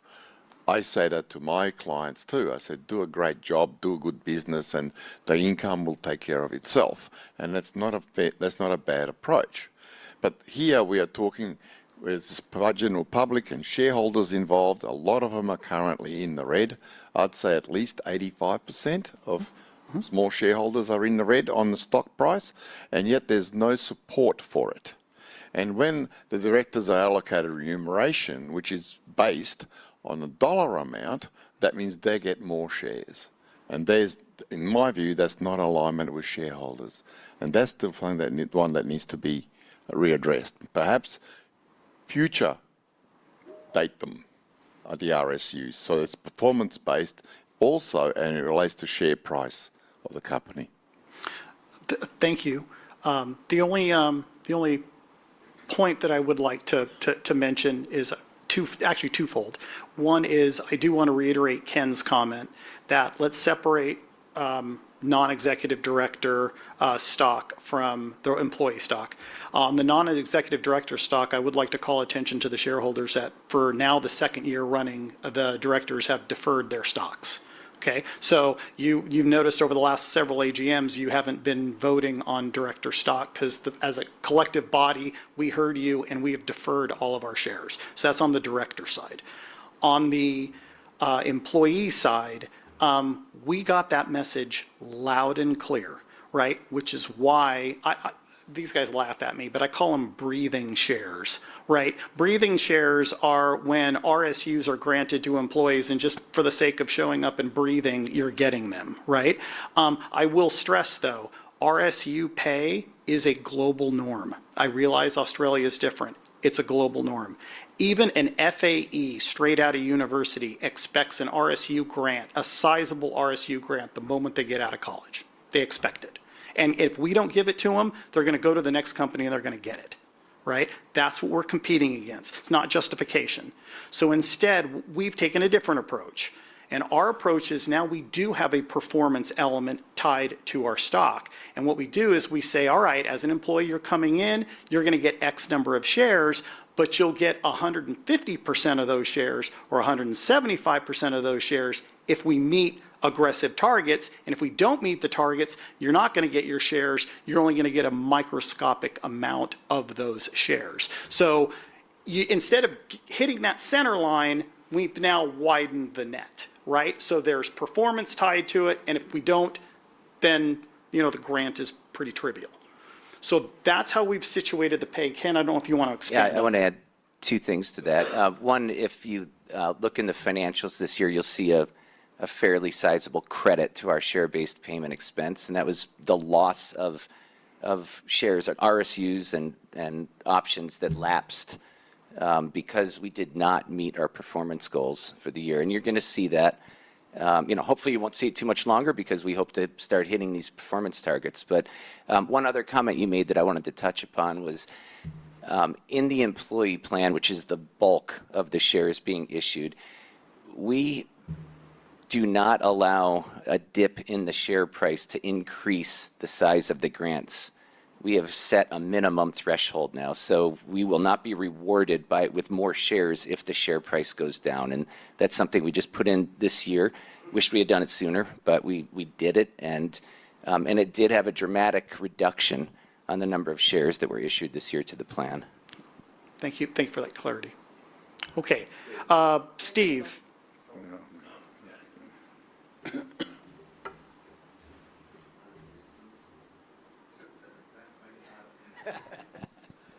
I will preface the comment I want to make by saying that I'm aware of how the compensation plan works for the US, and I agree majority of what Ken had to say regarding the challenges of a US company versus an Australian company, etc. Antonio and I do have a bit of a disconnect on the RSUs, but that's secondary. But in regards to one of the questions that was raised in regards to grants and it's related to only the NEDs versus etc., I can refer you to, that stood out, page 16 of the annual report under the remuneration report, remuneration framework. The 6th bullet point refers to initial employment grants. New executives receive a one-time grant that typically vests in equal instalments over a 3-year period following the start date. I believe that's obviously relating to executives of the company, not NEDs. But more importantly, doesn't indicate any level of performance related. It's time related. So I think there was a disconnect from the question and the answers. Okay. Yeah, he's okay. correct. Yeah, that's good. The new hire grant. It's the new hire grant. Yeah. Yep. He's correct. Yeah. Thank you. Noted. Okay, if there's no further discussion, I would like to propose the resolution that for purposes of section 250R2 of the Corporations Act and for all other purposes, approval is given by the shareholders for the adoption of the remuneration report as contained in the company's annual report for the year ending December 31st, 2025. Votes and proxies received for and against this resolution and at the proxy's direction, including me as chairman to vote in accordance with my stated intentions in favor of this resolution are as presented. At this time, I'll give you a moment to submit your vote or mark your voting card in respect to this resolution. We will move on to resolution number 2. Resolution number 2 of the notice of meeting is in respect to the re-election of Mr. Peter Vandermeed as director of the company. Mr. Vandermeed retires in accordance with Clause 16.4 of the company's constitution and ASX Listing Rule 14.4, and his biography is included within the explanatory memorandum accompanying the notice of meeting. The Brainchip board, with Mr. Vandermeed abstaining, unanimously recommends that you vote in favor of this resolution. Kim, at this time, I'd like to ask if there are any questions on the online platform with respect to resolution number 2. Antonio, there are no questions at this time. Are there any questions here inside the Sydney venue with respect to resolution number 2? Seeing none, I would like to propose the resolution that for the purposes of Clause 16.4 of the Constitution and ASX Listing Rule 14.4, and for all other purposes, Peter Vandermeed, who retires by rotation and being eligible offers himself for re-election, be re-elected as a director of the company. Votes and proxies received for and against this resolution, and at the proxy's discretion, including me as chairman, to vote in accordance with my stated intentions in favor of this resolution are as presented. At this time, I would ask that you submit your votes, mark your voting card with respect to this resolution. We will move to resolution number 3. Resolution number 3 relates to my re-election. So given that, I'm going to step aside and let Jeff Carrick assume chair of the meeting for this resolution. Thanks, Antonio. Ladies and gentlemen, I refer you to resolution 3 of the notice of meeting in respect of the re-election of Antonio Viana as a director of the company. Mr. Viana retires in accordance with Clause 16.4 and ASX Listing Rule 14.4 of the company's constitution, and his biography is included within the explanatory memorandum accompanying the notice of meeting. The Brainchip board, with Mr. Viana abstaining, unanimously recommends that you vote in favour of this resolution. Kim, are there any questions received via the platform? Jeff, there are no questions at this time. Is there anybody in the room who would like to ask a question? Yes, we have one at the back. Please, Ken.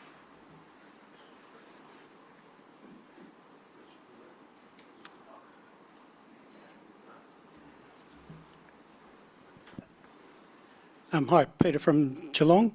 Antonio, hate to go over it, but I think it's a point of trust for your re-election was last year was the discussion, or what turned into an argument, about the re-domiciling to the US, of which the ASX announcement clearly just stated the US, but you were saying otherwise.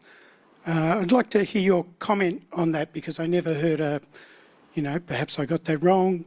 It was just sort of left and dropped, and my point is about trust to be the chairman. Thank you for the question. I'm going to answer that in 2 ways.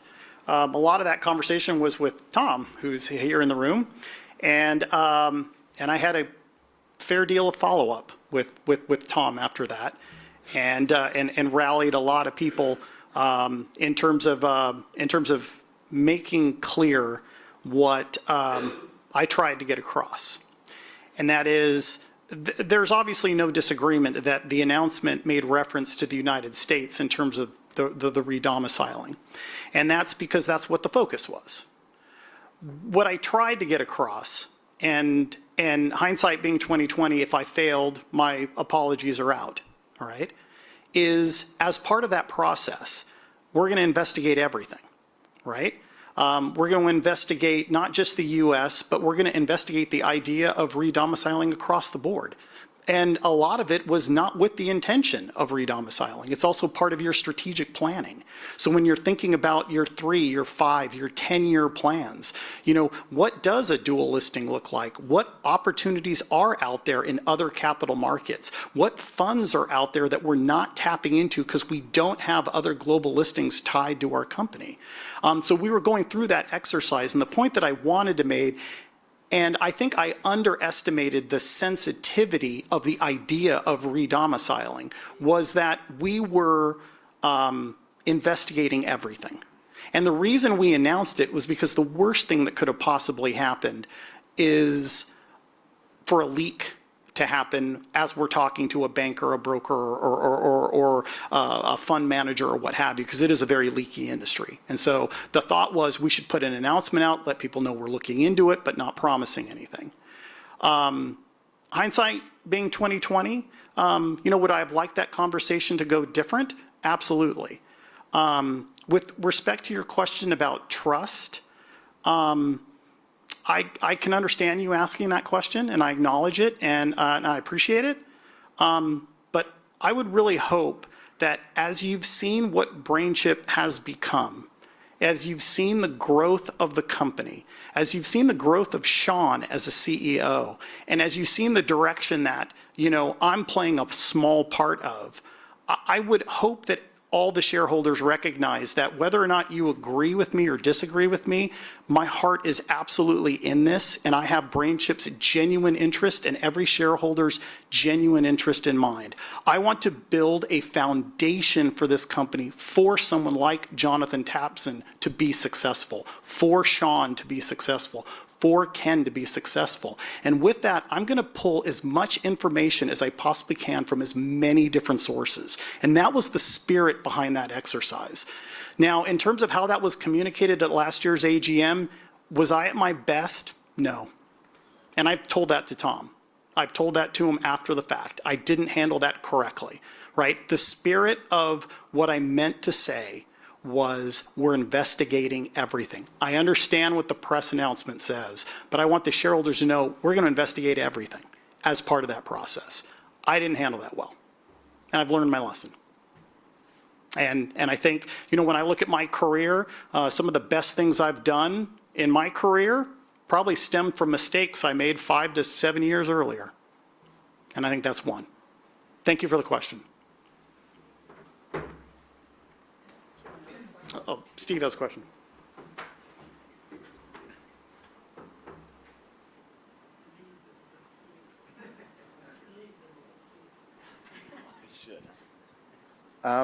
There's one question I've really got for Kim. I've just received a text message from a fellow shareholder who said that he's raised, or they have raised some questions and they haven't been asked. I was just wondering if that's correct or not. Steve, I can confirm there are some questions that weren't addressed in the general section of the meeting. As Antonio said, they will be addressed after the meeting. But the questions and how we manage the questions is per the chairman's earlier remarks.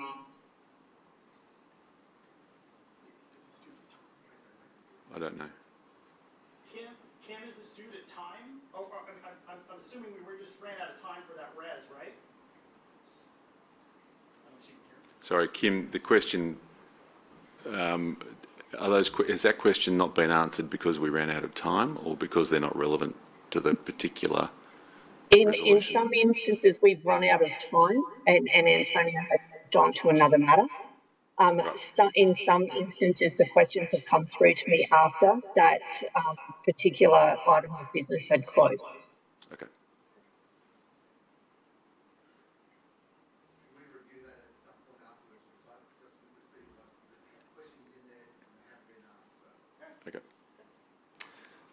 Okay.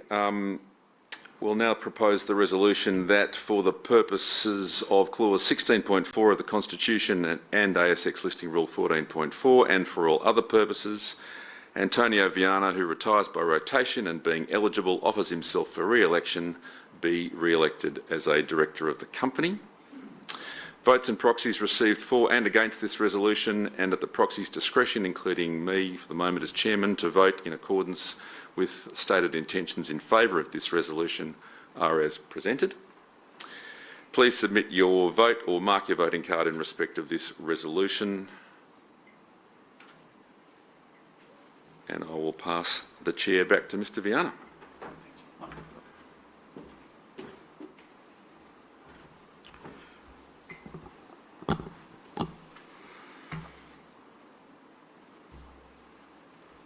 Right, at this time, I'd like to refer you to Resolution 4 of the Notice of Meeting in respect to the ratification of up to 200 million shares on the terms contained within the explanatory memorandum accompanying the Notice of Meeting, including the voting exclusions applicable to this resolution. The Brainchip Board unanimously recommends that you vote in favor of this resolution. Kim, with respect to Resolution 4, do we have any text or questions received via the AGM platform in relation to this resolution? Yes, Antonio, we do have one question. In November 2025, the cap raise, we provided shares to an institution that then sold the shares to a company who has been actively shorting BRN. As of 12 November, short positions were 1.37 million. JP Morgan Chase became a substantial holder on the 17th of November due to this purchase of 46 million shares at 18 cents per share. As of 17 November, short positions were still 91 million, a difference of 46 million from 12 November. Are our management aware of this? Ken, I'm going to let you field that. The question was, are we aware?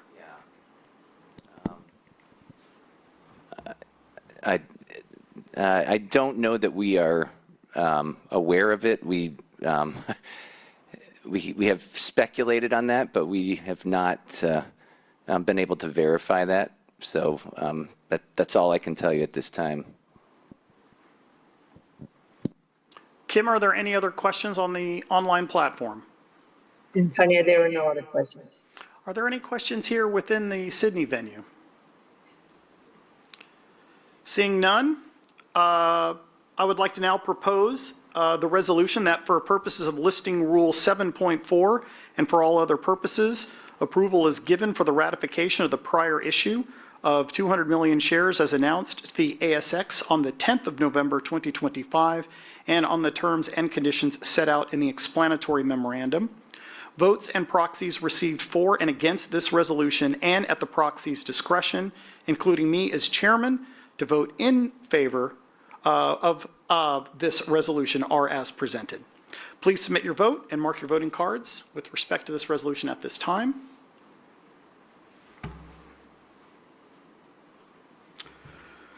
Resolution 5 of the Notice of Meeting relates to the approval of the equity plan on the terms and conditions as contained within the explanatory memorandum accompanying the Notice of Meeting in relation to this resolution.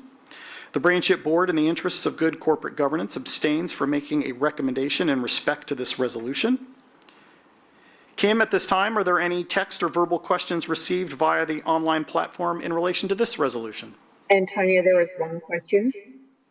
The company deferred NED equity awards for 2 consecutive years, approximately 270,000 AU per director. The report says you will not seek approval at the 2026 AGM. It does not say these awards will be permanently forfeited. Will they be permanently forfeited, or will shareholders be asked to approve them at the 2027 AGM instead, years in which the company produced nothing? Okay, that's a fair question, and the answer is that decision has not been made at this time. Antonio, there's one further question that's just, if I may. Zero bookings and zero appreciation of share price. Shareholders are sitting on catastrophic losses, yet non-executive director equity keeps growing. At what point does the board accept that this is not aligned to shareholder interest or value, but is a simple entitlement? Catch the back half of that. Kim, can you give me the back half of that question again? You're kind of... It says, at what point does the board accept that this is not aligned to shareholder interests or value, but is a simple entitlement? So I think that kind of goes back to a question that we've kind of already answered just a little bit ago here into the room with respect to REM, the performance rights that we have in place for our employees versus, what would be a NED grant, which is in alignment with the global compensation models that we put in place for the company. So now the NEDs on their own, though, have made the decision that, given the feedback we got from some of the shareholders, we've decided to defer our shares. We've done that. As for the employees, those employees are tied to performance. And so obviously, as the company starts performing, those shares are going to come due for the employees. And I can speak for the entire board. I really hope those employees get every one of those shares, because that means the company's, obviously from a performance standpoint, doing the right thing.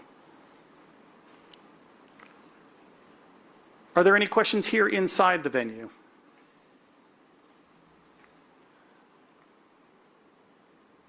With no further discussion, I now propose Resolution 5, that for the purpose of ASX Listing Rule 7.2, Exception 13, and for all other purposes, the company's equity plan as described in the explanatory memorandum be approved for the issue of securities under the company's equity plan. Votes and proxies received for and against these resolutions are at the proxy's discretion, including me as chairman, to vote in accordance with my stated intentions in favor of this resolution are as presented. Please submit your vote or mark your voting card in respect to this resolution at this time. We will now move to Resolution 6. Apologies if you notice I'm kind of picking up the tempo here, as I realize we are running quite long on time. Resolution 6 of the notice of meeting relates to the approval of the issue of restricted stock units to Executive Director Sean Hare on the terms and conditions as contained within the explanatory memorandum accompanying the notice of meeting in relation to this resolution. I would like to stress that these units represent the maximum number of restricted stock units that could be issued. The Brainchip board, in interests of good corporate governance, abstained from making a recommendation in respect of this resolution. However, it should be said that the board fully supports the CEO compensation package, including the securities granted to him. Kim, do we have any text or verbal questions received via the online platform? We have two, Antonio. This resolution proposes a further RSU award to the CEO. A CEO who delivered 0 bookings last year against his target. For clarity, 2.5 million RSUs previously approved carry no performance criteria whatsoever. They vest on tenure alone. My first question is, will those shares vest? Second part of the question being, under this resolution, even at 80% or below of the performance hurdle, a further 1.9 million RSUs will vest. Further, can the board explain in plain terms how awarding a CEO who achieved 0 bookings with nearly 4.5 million shares across 2 years is consistent with the interest of shareholders?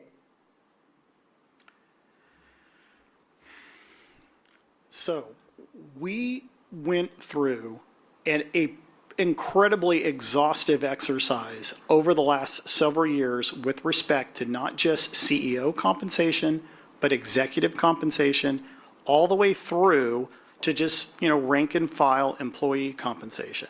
We have sought third-party guidance on what our compensation models should look like. We want to ensure that not only are we providing a incentive plan that obviously rewards performance, but also one that meets the global standards for what talent costs. And, I think I can speak for the entire board.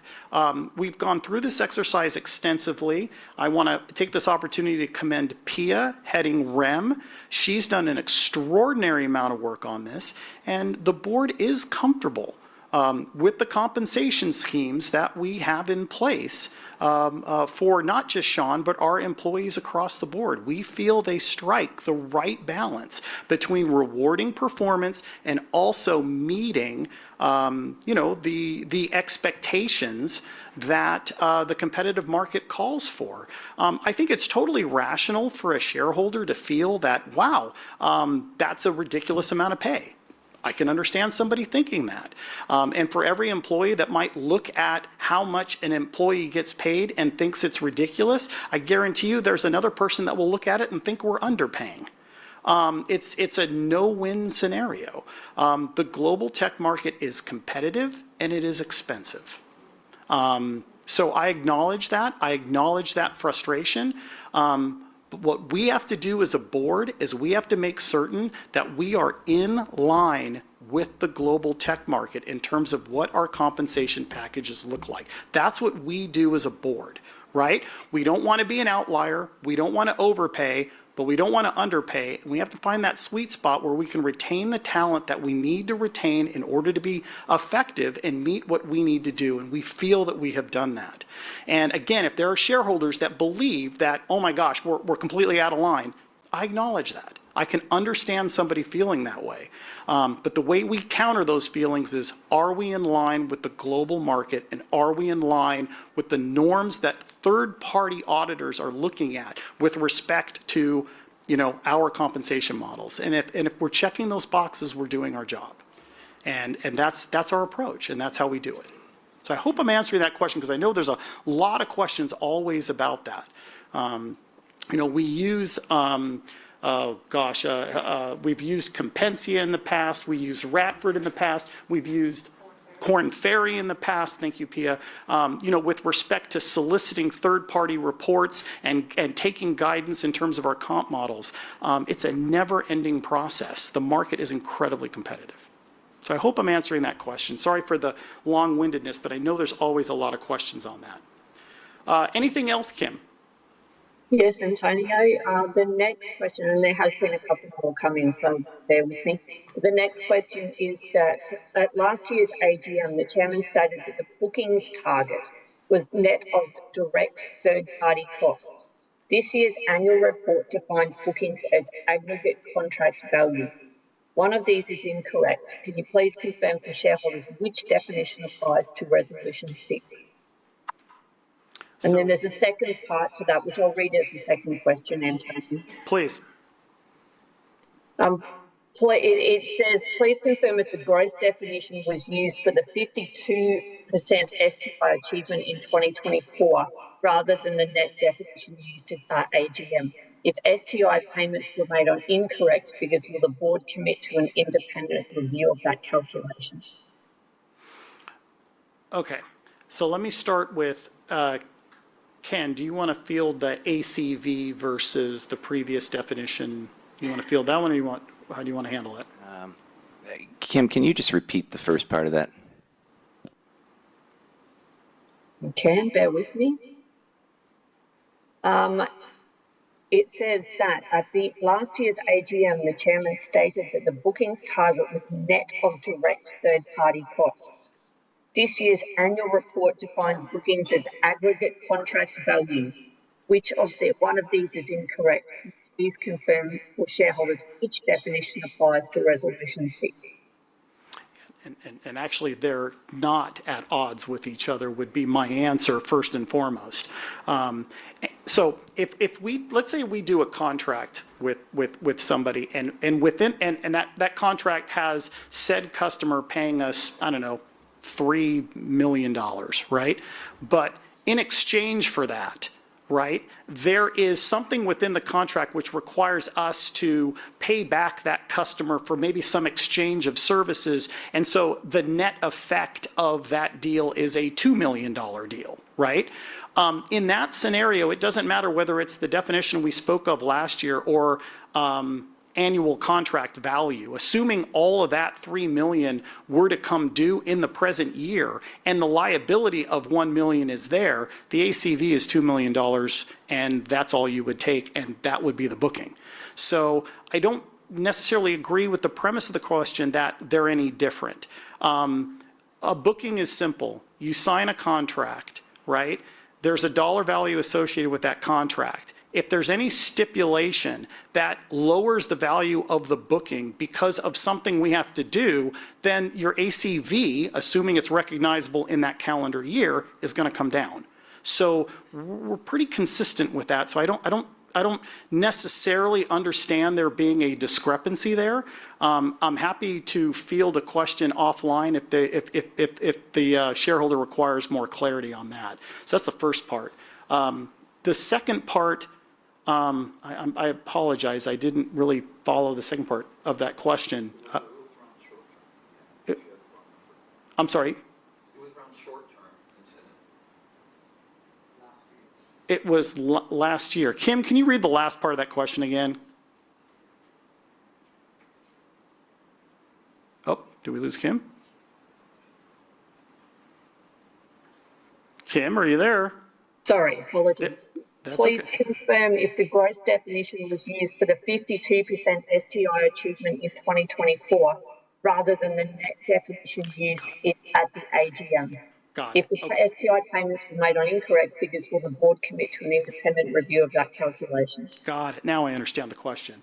I guess I'll defer to you, Ken. The 52% that was used as the percentage of the payout, the premise of the question suggested there was a difference in how you would calculate that. I'm kind of suggesting there really wasn't. It's the same thing. So we're comfortable in the 52%, but I'll let you clarify. Yeah, no, I would agree with that, and I'd follow that with the fact that it did get an independent review, which was by our auditors. So they looked at that, and they look at it every year in depth. Okay. Antonia, the final question online. You are asking shareholders at this AGM to approve LTI grants to the CEO, potentially 7.5 million shares. The performance target he must achieve to earn those shares is marked confidential. You are asking shareholders to vote on executive equity without telling them what performance it rewards. On what basis is that consistent with transparent governance?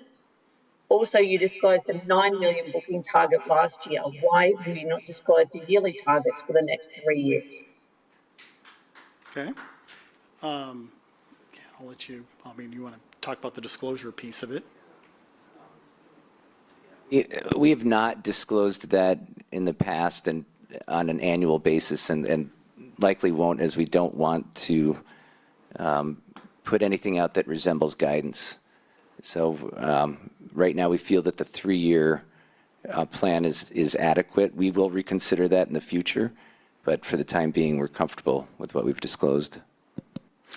And then Ken, I'm going to have you get up because I think Steve had an inquiry in the back.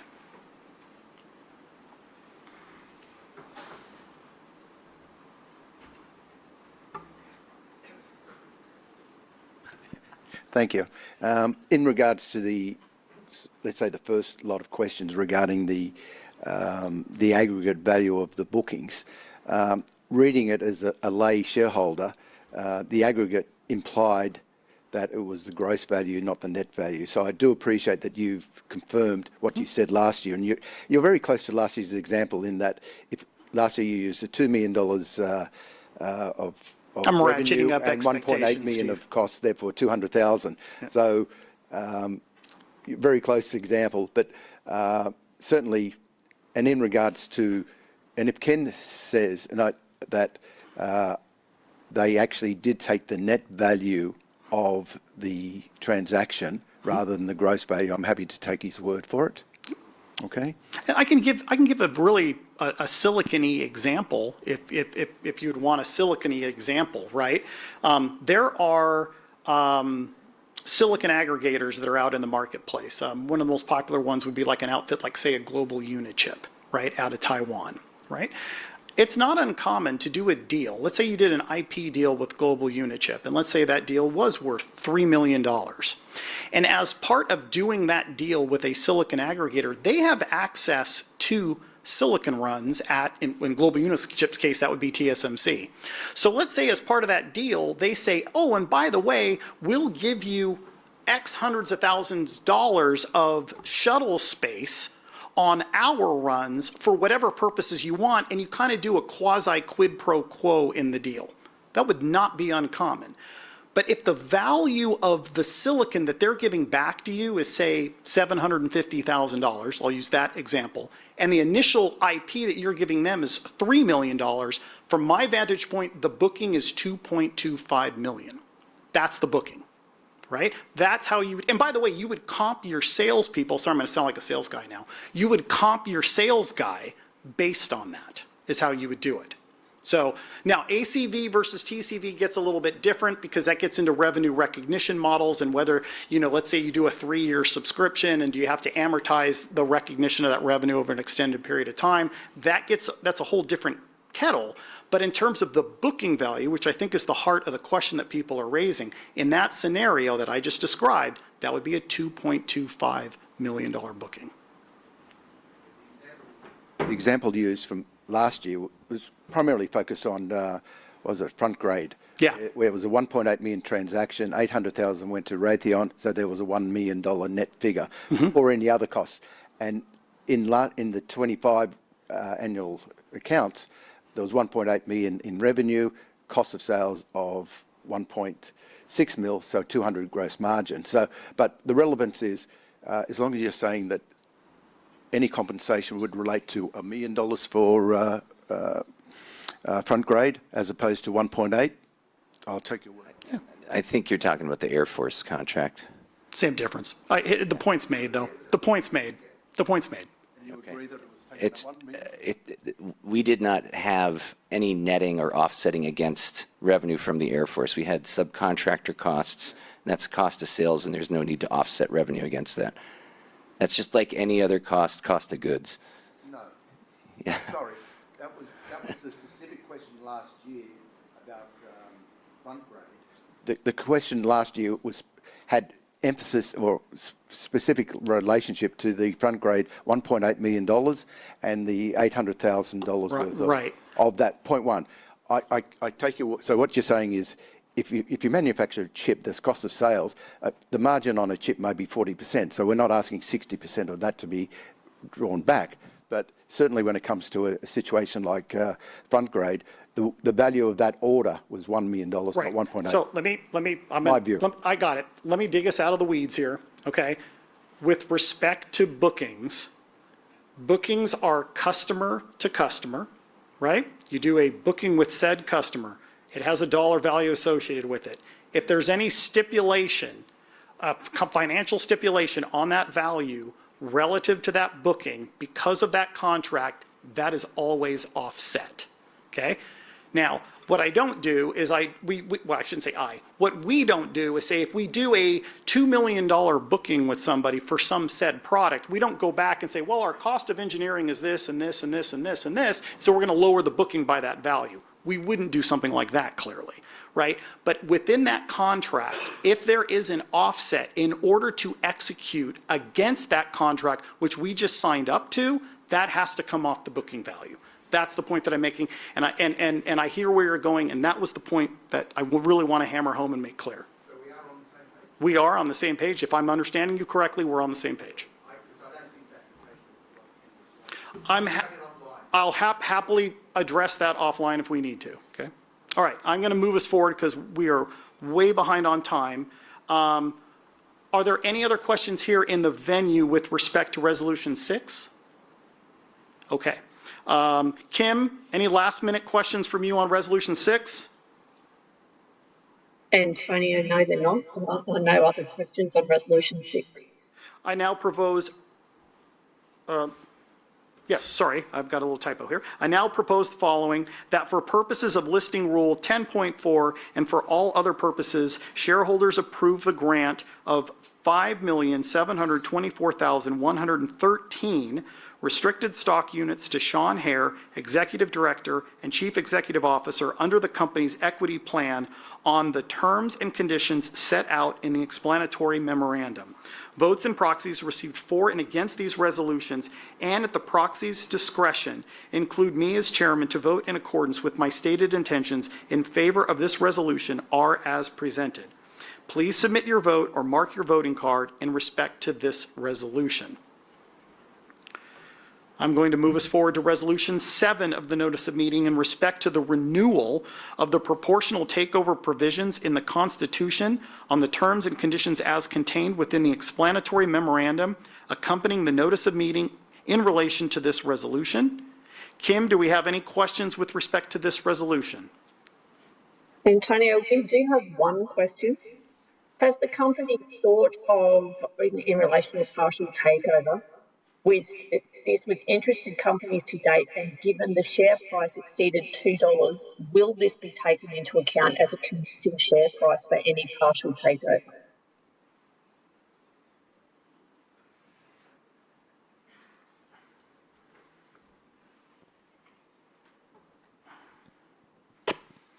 I don't know how to answer that question. Kim, can you ask that one more time? The question is, In relation to a partial takeover, has the company thought of this with any interested companies to date? And given the share price exceeded $2 in the past, will this be taken into account as a commencing fair price? I don't see how we answer that question. Jeff, you want to have a go at that? Could you state the question?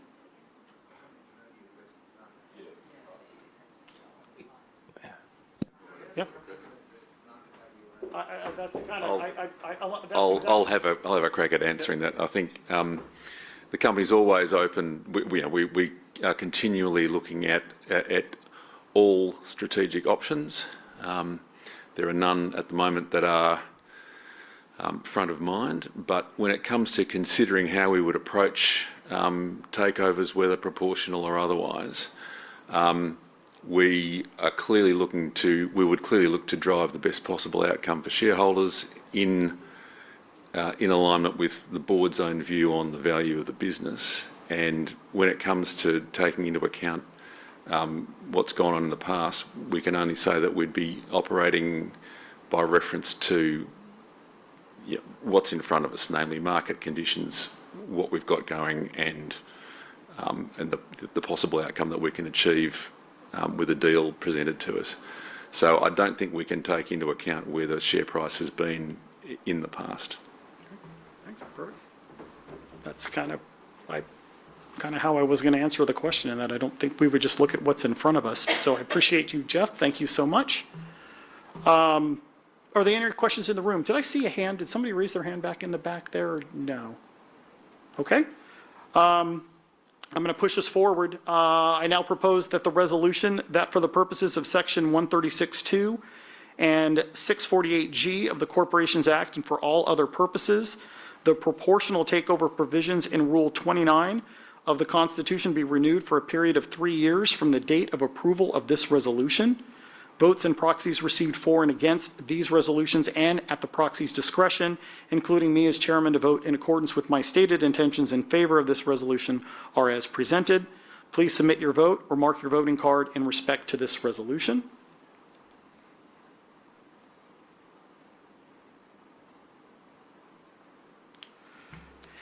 And we now come to our last resolution.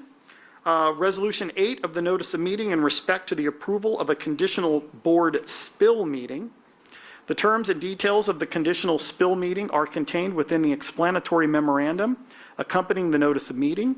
The board unanimously recommends that shareholders vote against this resolution.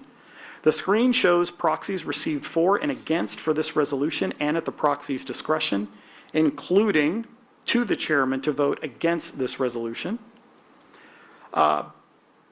Kim, I will ask you, are there any questions on the online platform with respect to Resolution 8? Antonio, there are no questions at this time. Are there any questions here inside the Sydney venue? The following resolution is conditional on at least 25% of the votes cast on the resolution proposed in Resolution 1 being cast against the adoption of the remuneration report. So if there is no further discussion, I'd like to propose the following resolution: that 1, an extraordinary general meeting of the company, spill meeting, be held within 90 days of the passing of said resolution.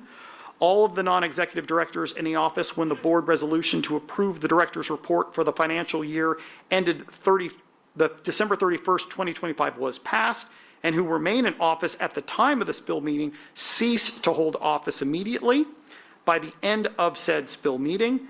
Resolutions to appoint persons to offices that will be vacated immediately before the end of the spill meeting be put to the vote of shareholders at the spill meeting.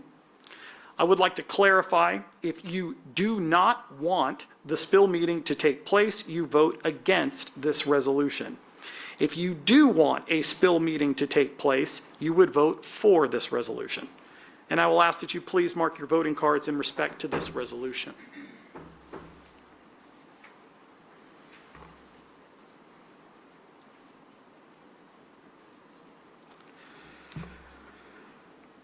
So we've obviously gone quite long on time.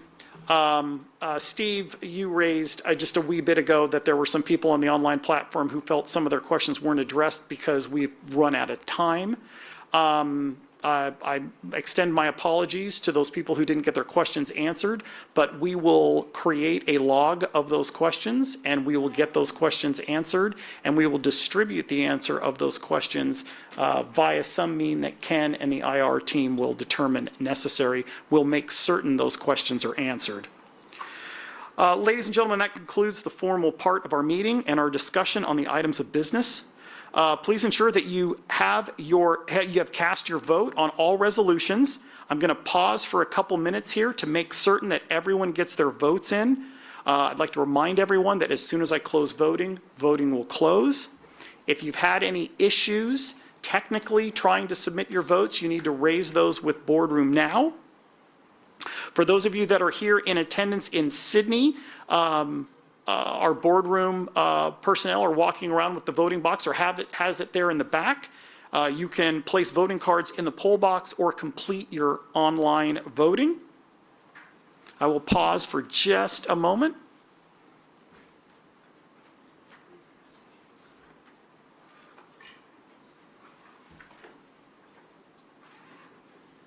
Can I ask if anybody here in the Sydney venue requires more time other than just collecting your voting cards? Okay, seeing no issues, I am now going to call voting closed. We will publish final voting results with the ASX and our website shortly. On behalf of the Board of Directors and the employees of Brainchip, I would please allow me to again extend our thanks for not just attending, but for your continued support of Brainchip, the mission that we're on, and the feedback that you've provided us. That now concludes the 2026 Brainchip Annual Holdings Meeting, and I now call the meeting to a close. Thank you. Good day.